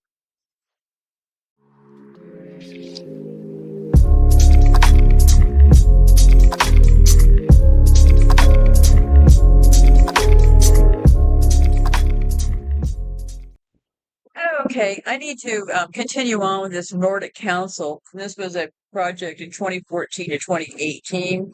The framework cooperation extended to Baltic states and Northwest Russia. Activities included expert knowledgeable forums on victim identification, legal proceedings, and social rehabilitation. Workshops were conducted and peer reviews to improve systematic approaches to labor and sexual exploitation. So what happened there? Well, let's take a look. There was the Nordic Baltic campaign against trafficking in women, 2002. You notice I haven't run across one that says trafficking for men, but this is the Nordic Baltic campaign against trafficking in women, 2002. The goal, combat sexual exploitation across Nordic and Baltic regions. What was the approach? Shared strategies, improved legal frameworks, and cooperation in law enforcement across 8 nations. So there was a project in 2019 that focused on labor awareness, guidelines, and employer engagement. Regional knowledge forums were supporting victims. Lots of things happening, right? So in 2022, Nordic ministers of justice established a working group on human trafficking, placing cross-border victim support and interagency coordination as top priorities. So what happened? Well, empowered investigations and prosecutions through shared experience. So I don't know. The Nordic countries, together with their Baltic and Russian neighbors, have built a robust, multi-level framework to tackle human trafficking. Prevention through awareness and shared data. Yeah. Protection via unified victim support. Prosecution with cross-border legal and police coordination. So, well, not much is going on. I'm not going to run you through all of them, but it's usually cases like this one. They dismantled several networks exploiting women from the Baltics. Over 35 arrests were made, including ringleaders, coordinating areas across Sweden and Latvia. They rescued dozens of victims, including underage girls. So, I don't know. I didn't find, and I really, I kept looking and looking and looking because I was having such a hard time believing that this was even going on. So anyway, so in Norway, they did 15 people were arrested. So yeah, it's not like overwhelmingly positive, right? So the results seem very low based on the volume of what is actually going on, right? And I'm going to not get way involved. They have a lot of plans they're talking about now, but well, let's focus on what they actually do, right? If somebody's doing something, I don't want to negate it and sound negative about it. I'm glad something is being done, right? So, what is Interpol and global initiatives doing? Well, Interpol provides a global platform for issuing notices on traffickers and missing victims. So It can achieve large-scale busts, but participation is voluntary and uneven. No global real-time victim tracking or alert system tied to Interpol notices. So yeah, it's just like, it is just crazy that nothing's going on, right? Excuse me. And of course, in West Africa, we have the ECOWAS plan, ECOWAS plan of action. So what they do? Well, these countries adopted a regional action plan to share intelligence and coordinate victim return. So obviously, all of these people, it's not just me thinking that we should have cross-border reporting. All these other people, they got the memo, right? It's just they're not doing anything about it. That is what the whole problem is. So why lack of cross-border alerts help traffickers? But because speed is everything in trafficking cases. Traffickers know that if they can move a victim fast, ideally across a border, detection becomes exponentially harder. Local alerts like the Amber Alerts don't help if the victim is already in the next country within hours. And borders create blind spots. A trafficker moves a victim from country A to country B. Law enforcement in country A stops looking or doesn't notify country B. Country B may have no idea a victim is missing or that trafficking case is active. Criminals are highly organized across borders. Well, gee, what a surprise, right? Most countries' victim alert systems are not. The lack of rapid, coordinated victim notices makes it easy for traffickers to stay ahead. Now, isn't that the whole plan, right? Amber Alert system saves lives in the U.S., but they rarely include cross-border notifications. So yeah, no global or even regional child abduction trafficking alert system exists. So it's just, I don't know, it just seems insane to me, but and I'm going to stay away from what can be done. So I think that would be kind of a waste of effort right here. So um, let's take a look at European traffic rings exploited the EU border gaps. As an example, Romanian and Bulgarian gangs trafficking girls, some young as 12, to the UK, France, and Germany for forced prostitution. Well, what went wrong? Victims were moved quickly between countries. Local police in origin countries closed files or didn't notify destination countries. When some girls were recovered, authorities found multiple chances were missed because no alerts were issued to other EU states. Outcome: girls were abused for months or years before being rescued.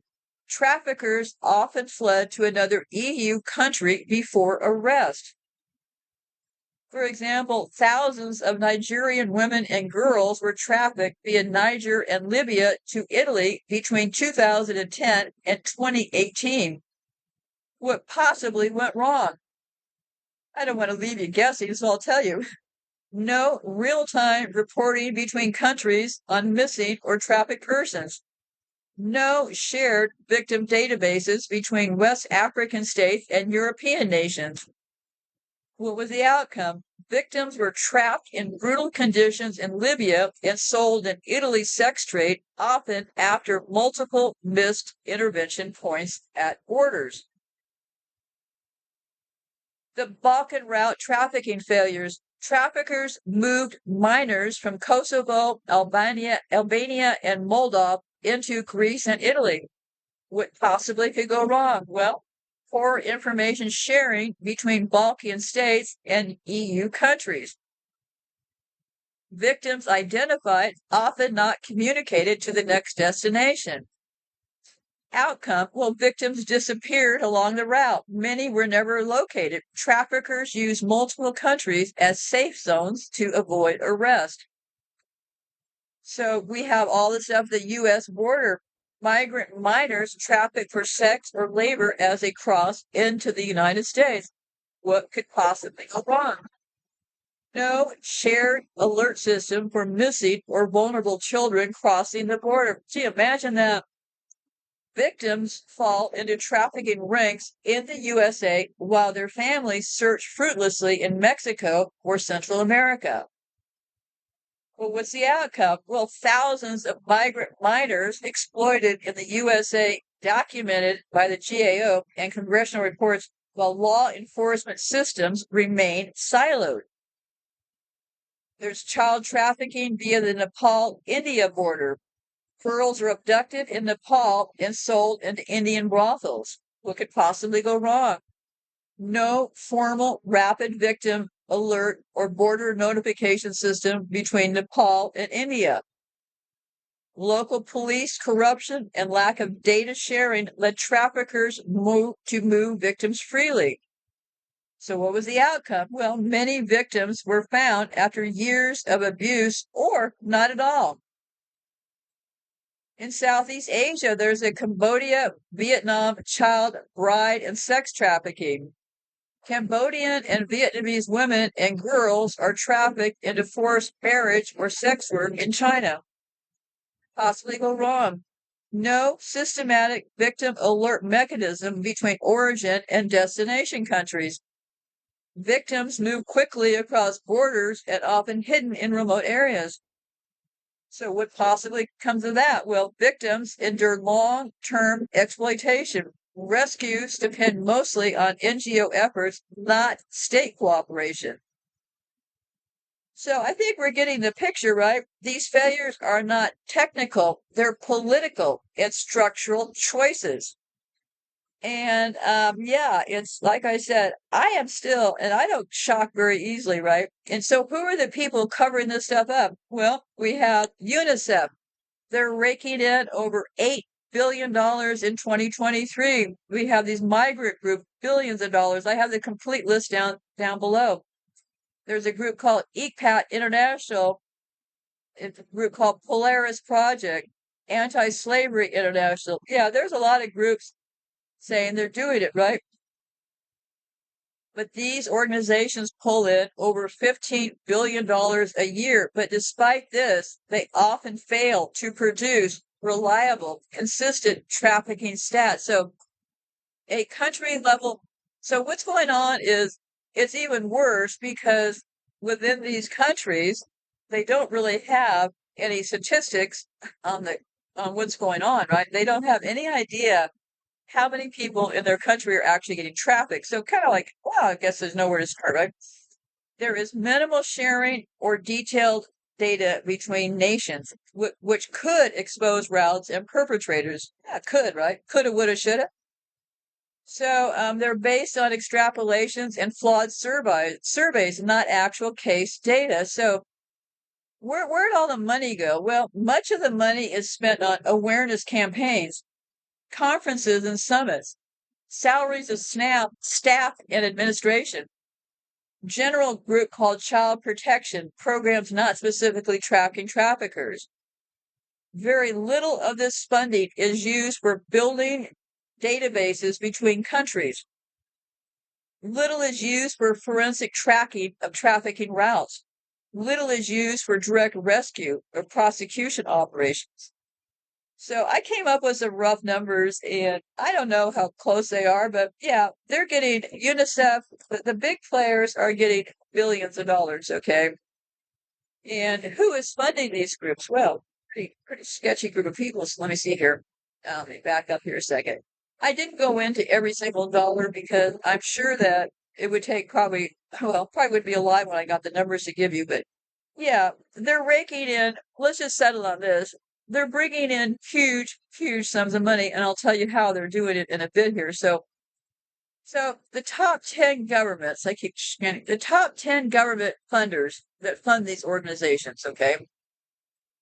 The United States is number one. Germany, World Bank Group, European Union, UK, Canada, Sweden, Japan, Gavi Vaccine Alliance, yeah, and the UN Humanitarian Fund. So, in the U.S., the fund for UNICEF is about 300. Yeah, there's a lot of money going out. And like I said, I have all the figures down below if you'd like to look, because we essentially, and this is the disgusting part, we essentially through tax dollars are paying for other people and little people and very vulnerable people to be abused, raped, and transported around. So, yeah, there's billions of dollars going into all this stuff. Over 70% of funding led by USA, blah, blah, blah, private foundations. Yeah, everybody's making money on these poor people, but nobody seems to be doing much. So I broke down one of them. I'm not going to go through each one of them. The one of them I focused on first was UNICEF. Billions go to trafficking related data collection and protection. My question was this: how much of UNICEF's billions go to trafficking related data collection and protection? So let's take a look at it. Trafficking is often rolled into broad categories: child protection from violence, exploitation, and abuse, or harmful practices like child marriage or child labor, or migration-related protection. So no distinct global budget line for trafficking, specific databases, or monitoring. So couldn't find anything in UNICEF's budget to actually come up with a database, right? You think that'd be number one on the goal, right? So let me see. They have this child protection budget in 2023 and child protection from violence and exploitation. They spent $886 million globally. This includes everything from trafficking, abuse, child marriage, labor, violence, birth registration. But this covers all child protection programs, not just trafficking or data infrastructure. So, of this, most of the funds went to emergency responses like war zones or refugee camps. Another great place for them to grab more people from, right? So, obviously, if you're funding refugee camps, you're probably looking to traffic people. I'm making a very crude and horrible deduction here, but that is how I think. So they're okay funding these refugee camps, which hey, nothing wrong with refugee camps, right? But are they actually moving these people into camps so they can exploit them is my question. So they also spend their money on community outreach and education, shelters, health awareness. Only a small fraction, exact percentage, is not broken out, is spent on data systems or cross-border trafficking monitoring. So UNICEF, to clarify, does not operate a dedicated global trafficking database. They contribute general child protection data to shared platforms. So yeah, I have the whole breakdown where all their money goes. They spend a lot of money, health and nutrition, 2.1 billion, immunization, those shots, 1.7. They spend almost as much giving them poison. And the one thing they need, water, well, that's 1.4 billion. Education, 1.1 billion. Yeah. The bottom line, UNICEF pulls in $9 billion a year. It spends less than 10% on child protection broadly. Within that, only tiny unreported fractions go to trafficking, data tracking, or cross-border database efforts. No independent trafficking monitoring system is run by UNICEF that exists. So, does UNICEF fundraise using human trafficking? Well, of course they do. Trafficking, child exploitation, and abuse prevention are regularly used as part of UNICEF's fundraising campaigns. So, how do they frame it? They often combine trafficking with child protection as a broad, emotionally powerful theme. The common messaging focuses on stopping child sexual exploitation, saving children from traffickers during emergencies, wars, refugee crises, or disasters, protecting migrant refugee children from predators, preventing child labor, often linked with trafficking. So let me give you some examples. So all those things they're telling their fundraisers that if you give us money, we're doing all these things, right? And they say things like, well, every day, millions of children risk being trafficked, abused, or exploited. You can help stop it. Protect vulnerable children from violence and trafficking. Your donation helps UNICEF rescue children from traffickers and abusers. During major emergencies like the Ukraine war, Syrian refugee crisis, Rohingya crisis, UNICEF emphasizes the trafficking risk and uses this to drive fundraising. So they focus on individual stories of children, often unnamed or stock photos, as children they saved from trafficking or exploitation. They link trafficking dangers to wars, famines, and natural disasters, make it feel immediate. They suggest that donations directly rescue children from traffickers, though actual programs are much broader. They use powerful photos of sad, vulnerable, or hopeful children in dangerous settings. $10 can help protect a child from traffickers. That implies direct impact per small donation. They tie appeals to celebrity ambassadors, corporate sponsors, like UNICEF and Gates campaigns on child protection. The gap. The fundraising pitch gives the impression your donation will go directly to stopping trafficking and rescuing kids. The reality is that donations fund general programs, health, education, clean water, with very little traceable impact on trafficking statistics, trafficking systems, or cross-border protection networks. So, for an example, UNICEF in USA 2023, what was their appeal? The headline was, "Keep Children Safe from Traffickers and Predators." The donation but was $50 can help protect children from exploitation. The fine print. Funds actually go to overall child protection plus emergency fund. And they do these celebrity PSAs that Believe It's Zero of 2013, a TV spot featuring actor Angie Harmon highlights forced labor and child prostitution with a clear call to action. Learn what you can do to prevent human trafficking. In UNICEF USA's End Trafficking Month Toolkit, it was released about January. Let me see, I don't know what year this was. I think in the last year. This toolkit equips supporters to advocate, educate, fundraise, and encourages hosting fundraisers they're always out there looking for the money, right? And they have paid brand names like Forbes magazine. They paid a placement saying something about, "We can end child trafficking and forced labor," highlighting industry profits from trafficking and urging readers to use UNICEF toolkits and monthly donations. So UNICEF Canada and global fundraising petitions lean heavily on trafficking language. In a UNICEF Canada email, they stated, "Help us get 5,000 supporters. Pledge your support to end child trafficking," and invites email signups to receive updates. Countless reports describe aggressive solicitation methods. So, door-to-door or mail pitches tied to child trafficking. Yeah, they use a lot of high-pressure guilt traffics, and I have them all down below.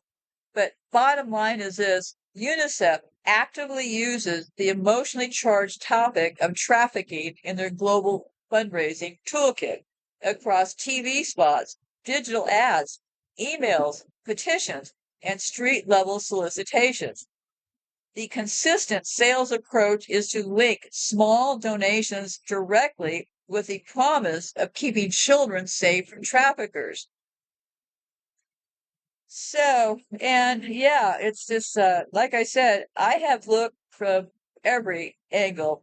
So UNICEF, they frame trafficking primarily as a child's right and protective issue. UNICEF has an emphasis on vulnerable children, often refugees, displaced, or in conflict zones. Or I would have to add their favorite kind of places, right? You can't get more loose kids running around than probably a conflict zone or some refugee camp. Their appeals often highlight the need to rescue, rehabilitate, education, and integration of trafficked children. Excuse me. They use emotional storytelling, showing individual children's suffering and hope for recovery. It connects trafficking to broader issues like poverty, armed conflict, and natural disasters. Uh, so yeah, I think we've said enough. I have all of it down below. I don't, like I said, I didn't look into every one of them. Their campaigns are things like end trafficking of children. Yeah, and they say every year millions of children fall prey to trafficking, stolen from their families, and forced into labor or exploitation. UNICEF works to rescue, protect, and reintegrate these children. Help us give them a second chance. And where they use for visuals, well, vulnerable children in conflict zones, sometimes with rescued children smiling post rehabilitation. They use a call for action. Donate to support rescue missions and rehabilitation programs. So here's a snippet from one of them. Your gift today can help a child escape the horrors of trafficking and find safety, education, and hope. Often part of broader humanitarian emergency appeals. For example, refugees fleeing war and are at risk of trafficking. Well, what puts them at war? Well, the maniacs in charge conducting all these wars, right? Wars are really about stealing land and also stealing children and trafficking people. It's really as simple as that. So, yeah, so they all talk about it. I have examples of other companies, but I think you get the idea here. They say millions of children are forced into labor or trafficking every year. Save the Children works to keep children safe through education, community programs, and rescue operations. Yeah, so they use visuals of children in schools, communities, alongside those who were trafficked but now safe and thriving. So, yeah, this is psychological warfare to get you to part with your money and for them to continue raping and selling children, right? And also all kinds of other things. So, the one other group, Polaris, they say your gift keeps the 24, excuse me, this agency called Polaris says is your gift keeps the 24/7 hotline running to save trafficking victims every day. And Save the Children said protect children from exploitation through education and community programs. See, they're saying it themselves right here, right? Protect children from exploitation through education and community programs. They're not saying by cranking down on the borders and making sure they make any of this stop, right? So, how prevalent are these people? Well, UNICEF operates in over 190 countries and territories, working mainly through governments and local partners. See how this is starting to go? Save the Children, active in over 100 countries worldwide, running programs on child protection, education, and trafficking prevention. Polaris, they're primarily US focused, but also works internationally on trafficking issues through partnerships and advocacy. Despite their wide presence, systematic cross-border data sharing about trafficking cases remains very limited. Legal and privacy restrictions, data protection laws vary widely. Sovereign and political sensitivities. Countries may be reluctant to share sensitive info on trafficking cases. Yeah, you think it might be bad for business? Fragmented efforts. NGOs, governments, and law enforcement often work in silos or with limited interlopability. Resource and capacity gaps. Some countries lack infrastructures or policies for real-time data sharing. So the result is victims often slip through cracks during cross-border movement. NGOs mainly share information within networks, but not at the global or systematic level required to fully disrupt trafficking routes. So even with their massive footprint and resources, these NGOs do not have a fully integrated international data sharing system to track trafficking victims across borders, which is a key gap that enables traffickers to exploit jurisdictions' blind spots. And I have a few that they claim are positive cross-border, but I don't have the energy right now because go read them for yourself. Nothing nothing happens. Like I said, I have tried to look at this from 150 different angles, and I can't find. I kept thinking, yeah, I got to be looking wrong. I kept thinking, I kept thinking, I must be missing something, right? So there's a few key points around this. We have Iran over there with the drug trafficking.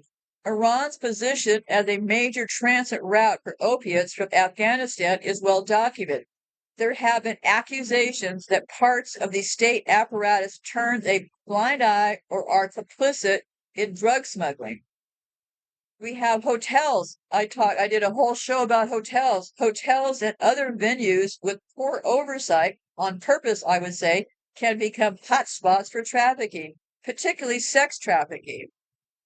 In many places, weak enforcement or corruption enables traffickers to operate with impunity. We have the U.S. military and their trafficking routes. The U.S. military presence in strategic regions like Middle East, Central Asia aligns with some of the same routes the traffickers use. There are long-standing allegations and investigations suggesting that military logistics, bases, or personnel have at times been complicit or at least negligent in addressing trafficking, either due to lack of oversight or worse. So, trafficking is a multifaceted problem, deeply intertwined with politics, corruption, and economic interests. Powerful actors sometimes benefit indirectly, financially, or strategically from trafficking networks continuing to operate. There is often a deliberate opacity around trafficking to protect certain interests. Addressing trafficking effectively requires transparency, accountability, and international cooperation, which are often lacking in these zones. Why are trafficking networks sometimes tolerated or protected geopolitically? Well, funding and influence through illicit trade. Trafficking humans and drugs funds powerful groups, including militias, paramilitaries, intelligence agencies, and corrupt officials. These actors may use trafficking revenues to finance operations or maintain influence, especially in conflict or fragile states. Turning a blind eye or actively protecting trafficking routes can be seen as a means to an end, maintaining power or geopolitical leverage. Trafficking routes often overlap with key geopolitical corridors, or border crossings, ports, or areas with weak governance. Controlling or tolerating trafficking helps certain states or non-state actors assert control over contested territories or populations. Governments or security forces might avoid disrupting trafficking networks to maintain alliances or avoid exposing corruption within their own ranks. Sometimes addressing trafficking means exposing complicit officials or powerful patrons, which is politically inconvenient or dangerous. In some regions, trafficking is linked to proxy wars or intelligence operations. You see this, CIA? Yeah. In some regions, trafficking is linked to proxy wars. How do you think they got ISIS, right? So it's linked to proxy wars or intelligence operations where covert actors use trafficking networks as a cover or funding source. This murky overlap makes anti-trafficking efforts politically sensitive or deliberately obstructed. In fragile states, trafficked labor can be a cheap source of labor feeding key economic sectors tolerated to sustain local economies. Trafficking can also serve as a form of social control, especially over marginalized populations or refugees. So how much is one trafficked child worth? I don't know. I really couldn't find a lot about it. I read numbers like, you could get $150,000, but it seems a little dark to go into right now. Okay, so let's sum this up with some documented examples. ISIS reportedly used trafficking and sexual slavery as a method of funding and control. Libya's coast is a major transit point for trafficked migrants. Reports indicate some militias run detention centers where exploitation is rampant. Iranian drug trafficking routes overlap with human trafficking. Some authorities allegedly tolerate flows for economic or political reasons. So yeah, we got the whole Southeast Asia reason: poverty, caste discrimination, and gender inequality. Traffic networks often cross porous borders, which would be India, Nepal, India, Bangladesh. So yeah, I don't know that. And we have that whole Myanmar, Thailand, Colombia, Cambodia area.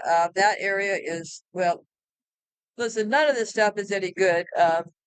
And it's all been allowed to happen because there is a plan, not to bug in the system, right? So I don't think that I need to really continue going on and on. I have all the data down. You can take a look down below. There's been reports about documenting military-related trafficking, sex trafficking around U.S. bases and conflict zones, just in Afghanistan and Iraq. Multiple investigations and reports have documented the presence of sex trafficking rings operating near U.S. military bases during the wars in Iraq and Afghanistan. Some contractors and military personnel were implemented in patronizing brothels where trafficked women and girls were exploited. And they had a sex scandal in 2010 involved U.S. military contractors arrested for allegedly hiring trafficked women. Human Rights Watch and other watchdog groups highlighted how poor oversight and demand by foreign personnel contributed to trafficking. Do you think so, huh? And they've done some, they did one Senate investigation, 2010, that investigated, nothing happens, right? Sexual exploitation in Japan, Okinawa.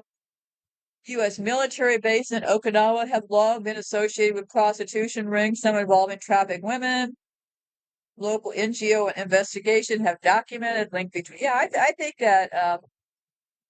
And we have some NGO reporting out of sexual exploitation. Yeah, U.S. military program. Blah blah blah. Yeah, I have it all down below if you'd certainly like to take a look. But my point is this: it seems to me, just seems to me, that the person or group that's over all this is in fact the U.S. military, right?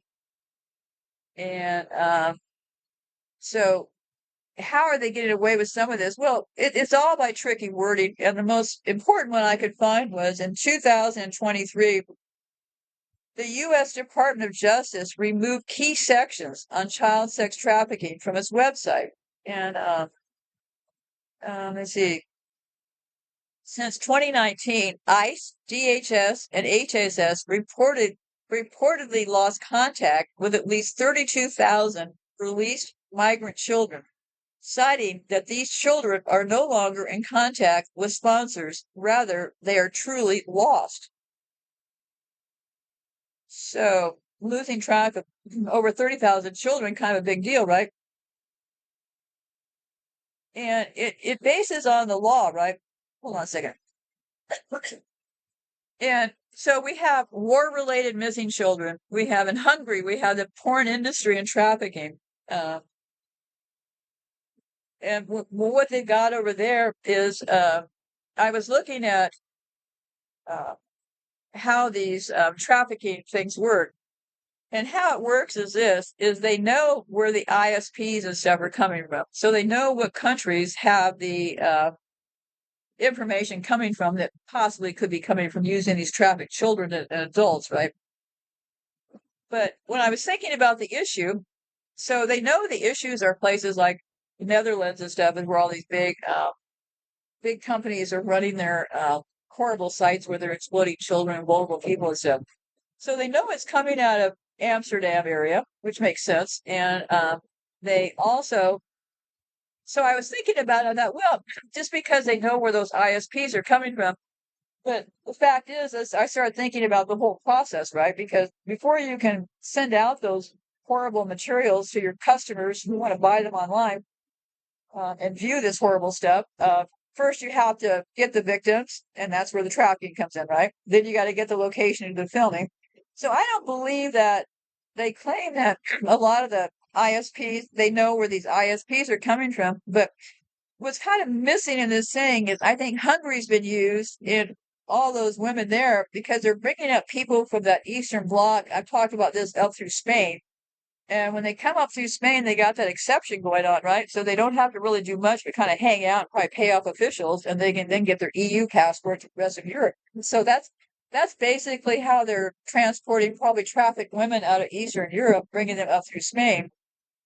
Um, so I think that Hungary is probably where a lot of the filming is going to, because Budapest accounts for about 25% of Europe's porn production, involving vulnerable women and children, particularly from Eastern Europe. So,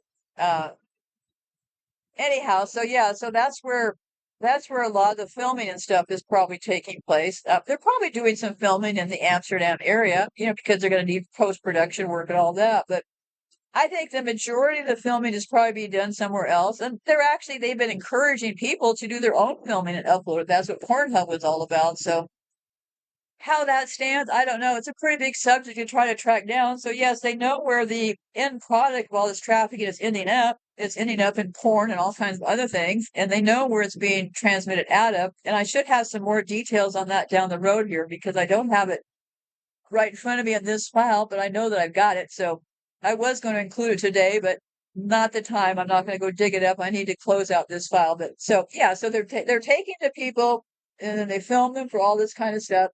I believe it's all been very formalized in the last number of years. I believe there's probably some sophisticated locations set up where people are brutally handled and kept. And those buildings could be really in any country, right? All you got to do is pay off a few people, have a big building that you have, and in that building, you're doing all kinds of porn production and stuff. You have all kinds of traffic victims. There's lots of ways these people can be moved around, and I don't want to get into just trying to think about how it all works right now because I think I'm kind of done with all this information for this minute. It's been a lot to try to absorb. Like I said, I've looked at I can't think of another angle to look at. Yeah, that's the big trick. The one thing, the one thing that would stop this trafficking or get it under control, well, what's that one thing? Cross-border reporting. I have wrangled with this one harder than really anything because it seems to me that evil is just so hard for me to grasp at this point. So, anyways, I'll be coming back soon because I have a show already ready. I solved the issue with those Fez hats, and it is fascinating because remember, I've been saying all along, this is a game board. Somebody clearly took over this game board around the time of the Gilded Age. But those homes were built during the antebellum age. So I think the homes were built in the antebellum age by some Muslims. And I have so much Muslim connections with Islam and stuff in this country that, yeah, yeah, I think most of us are probably related by Muslim genes in this country because they had Muslims coming in from Africa all over the place. And yeah, and all of these people, there's one group of them that I found. All of the elites hang out with this one group, and they all actually they pray to Allah. They do all these Muslim kind of things. So yeah, it will give us a really good impact into the view of these people. So look for that over the next few days. I'm going to try to rest the rest of today. It's going to be so hot here. So be safe out there and goodbye for now. I think we've answered the issue is how did trafficking get the way that it is? Well, it has been the plan, not the bug in the system, right?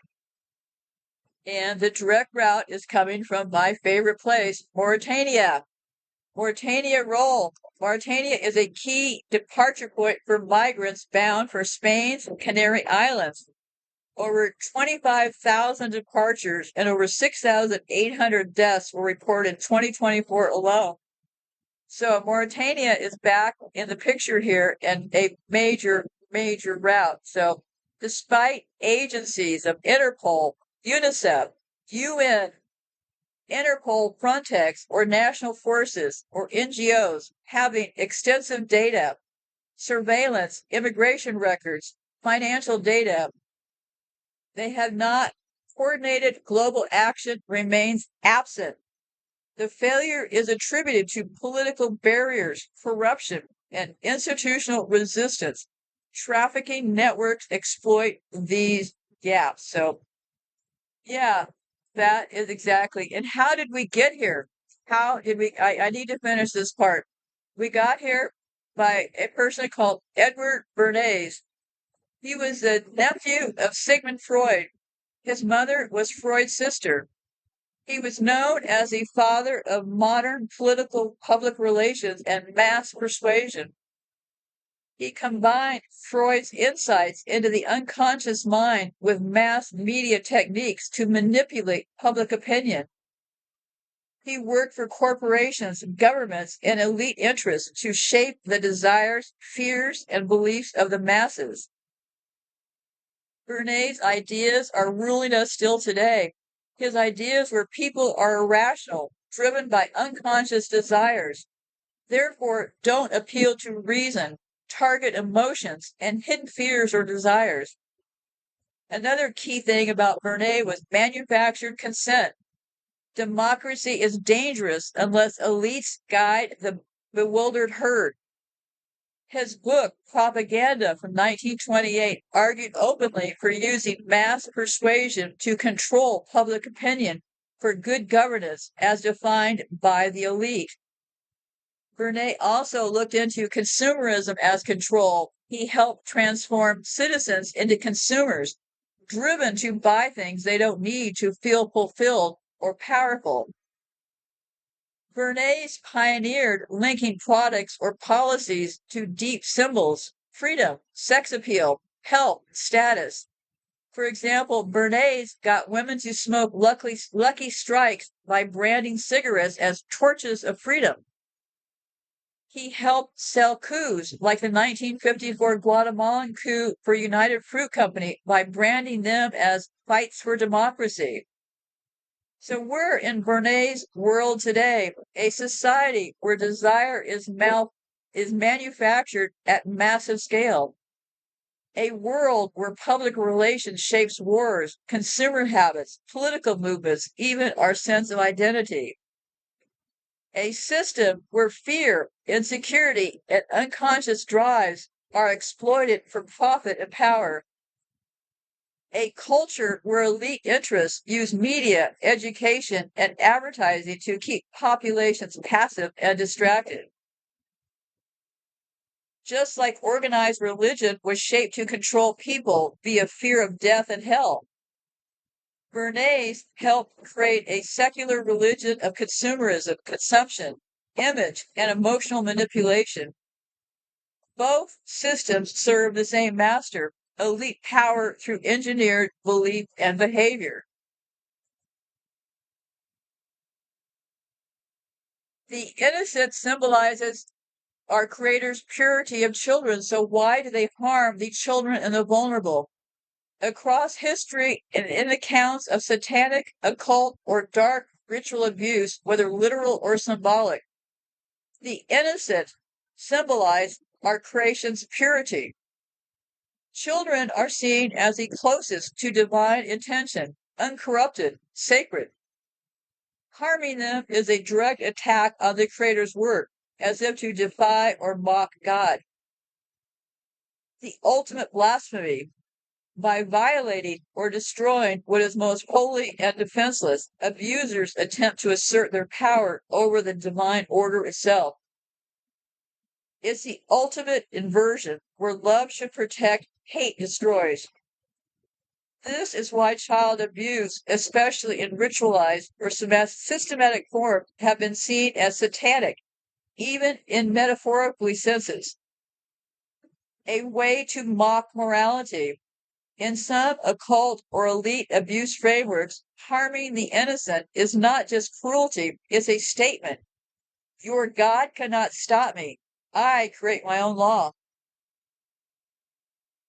Elites who exploit children, whether for sex, labor, or ritual, often seem driven not just by base desire, but by the thrill of breaking more moral law and getting away with it. It's about domination at the deepest level. not just over people, but over the very concept of good and evil. They see themselves as gods. Many ancient traditions warn that harming the vulnerable is the worst sin because it strikes at the heart of the divine. In Christian, Jewish, Islamic, and the sacred texts,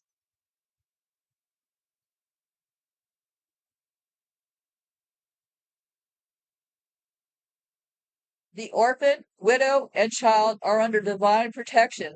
To harm them invites the greatest wrath of God.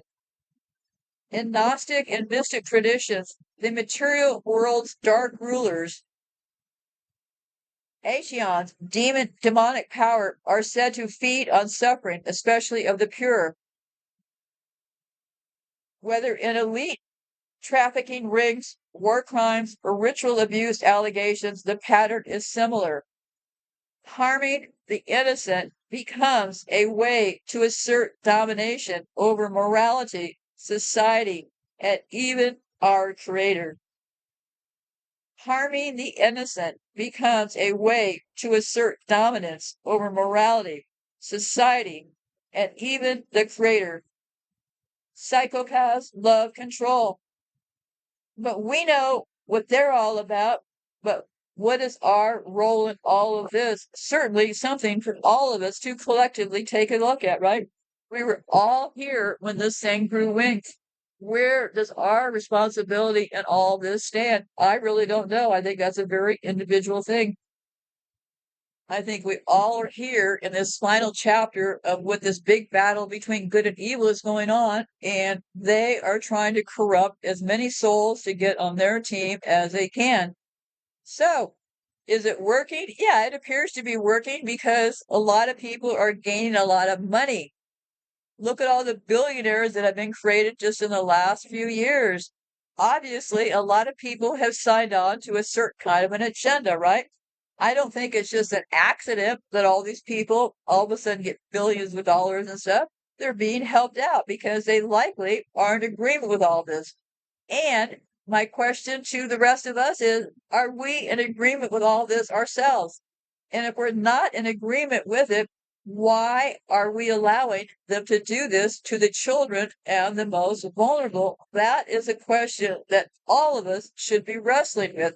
How did this thing get so big and so out of control? I've shown you how it happened, but really, I mean, you know, where are the fine lines here? I mean, how are these children ever going to get dealt with? Well, I don't have any answers. I'm out of answers because I'm just kind of still in a state of being stunned about this major trick they pull, how simple it is, and how they all colluded. All of them, these NGOs, these governments, all of these people colluded to not bother, to absolutely not bother this cross-border stuff. And the simplicity. I mean, their crimes are a lot of times I've been reporting are about omissions, right? The omission of no cross-border still stuns me right here to this minute. So be safe out there and goodbye for now.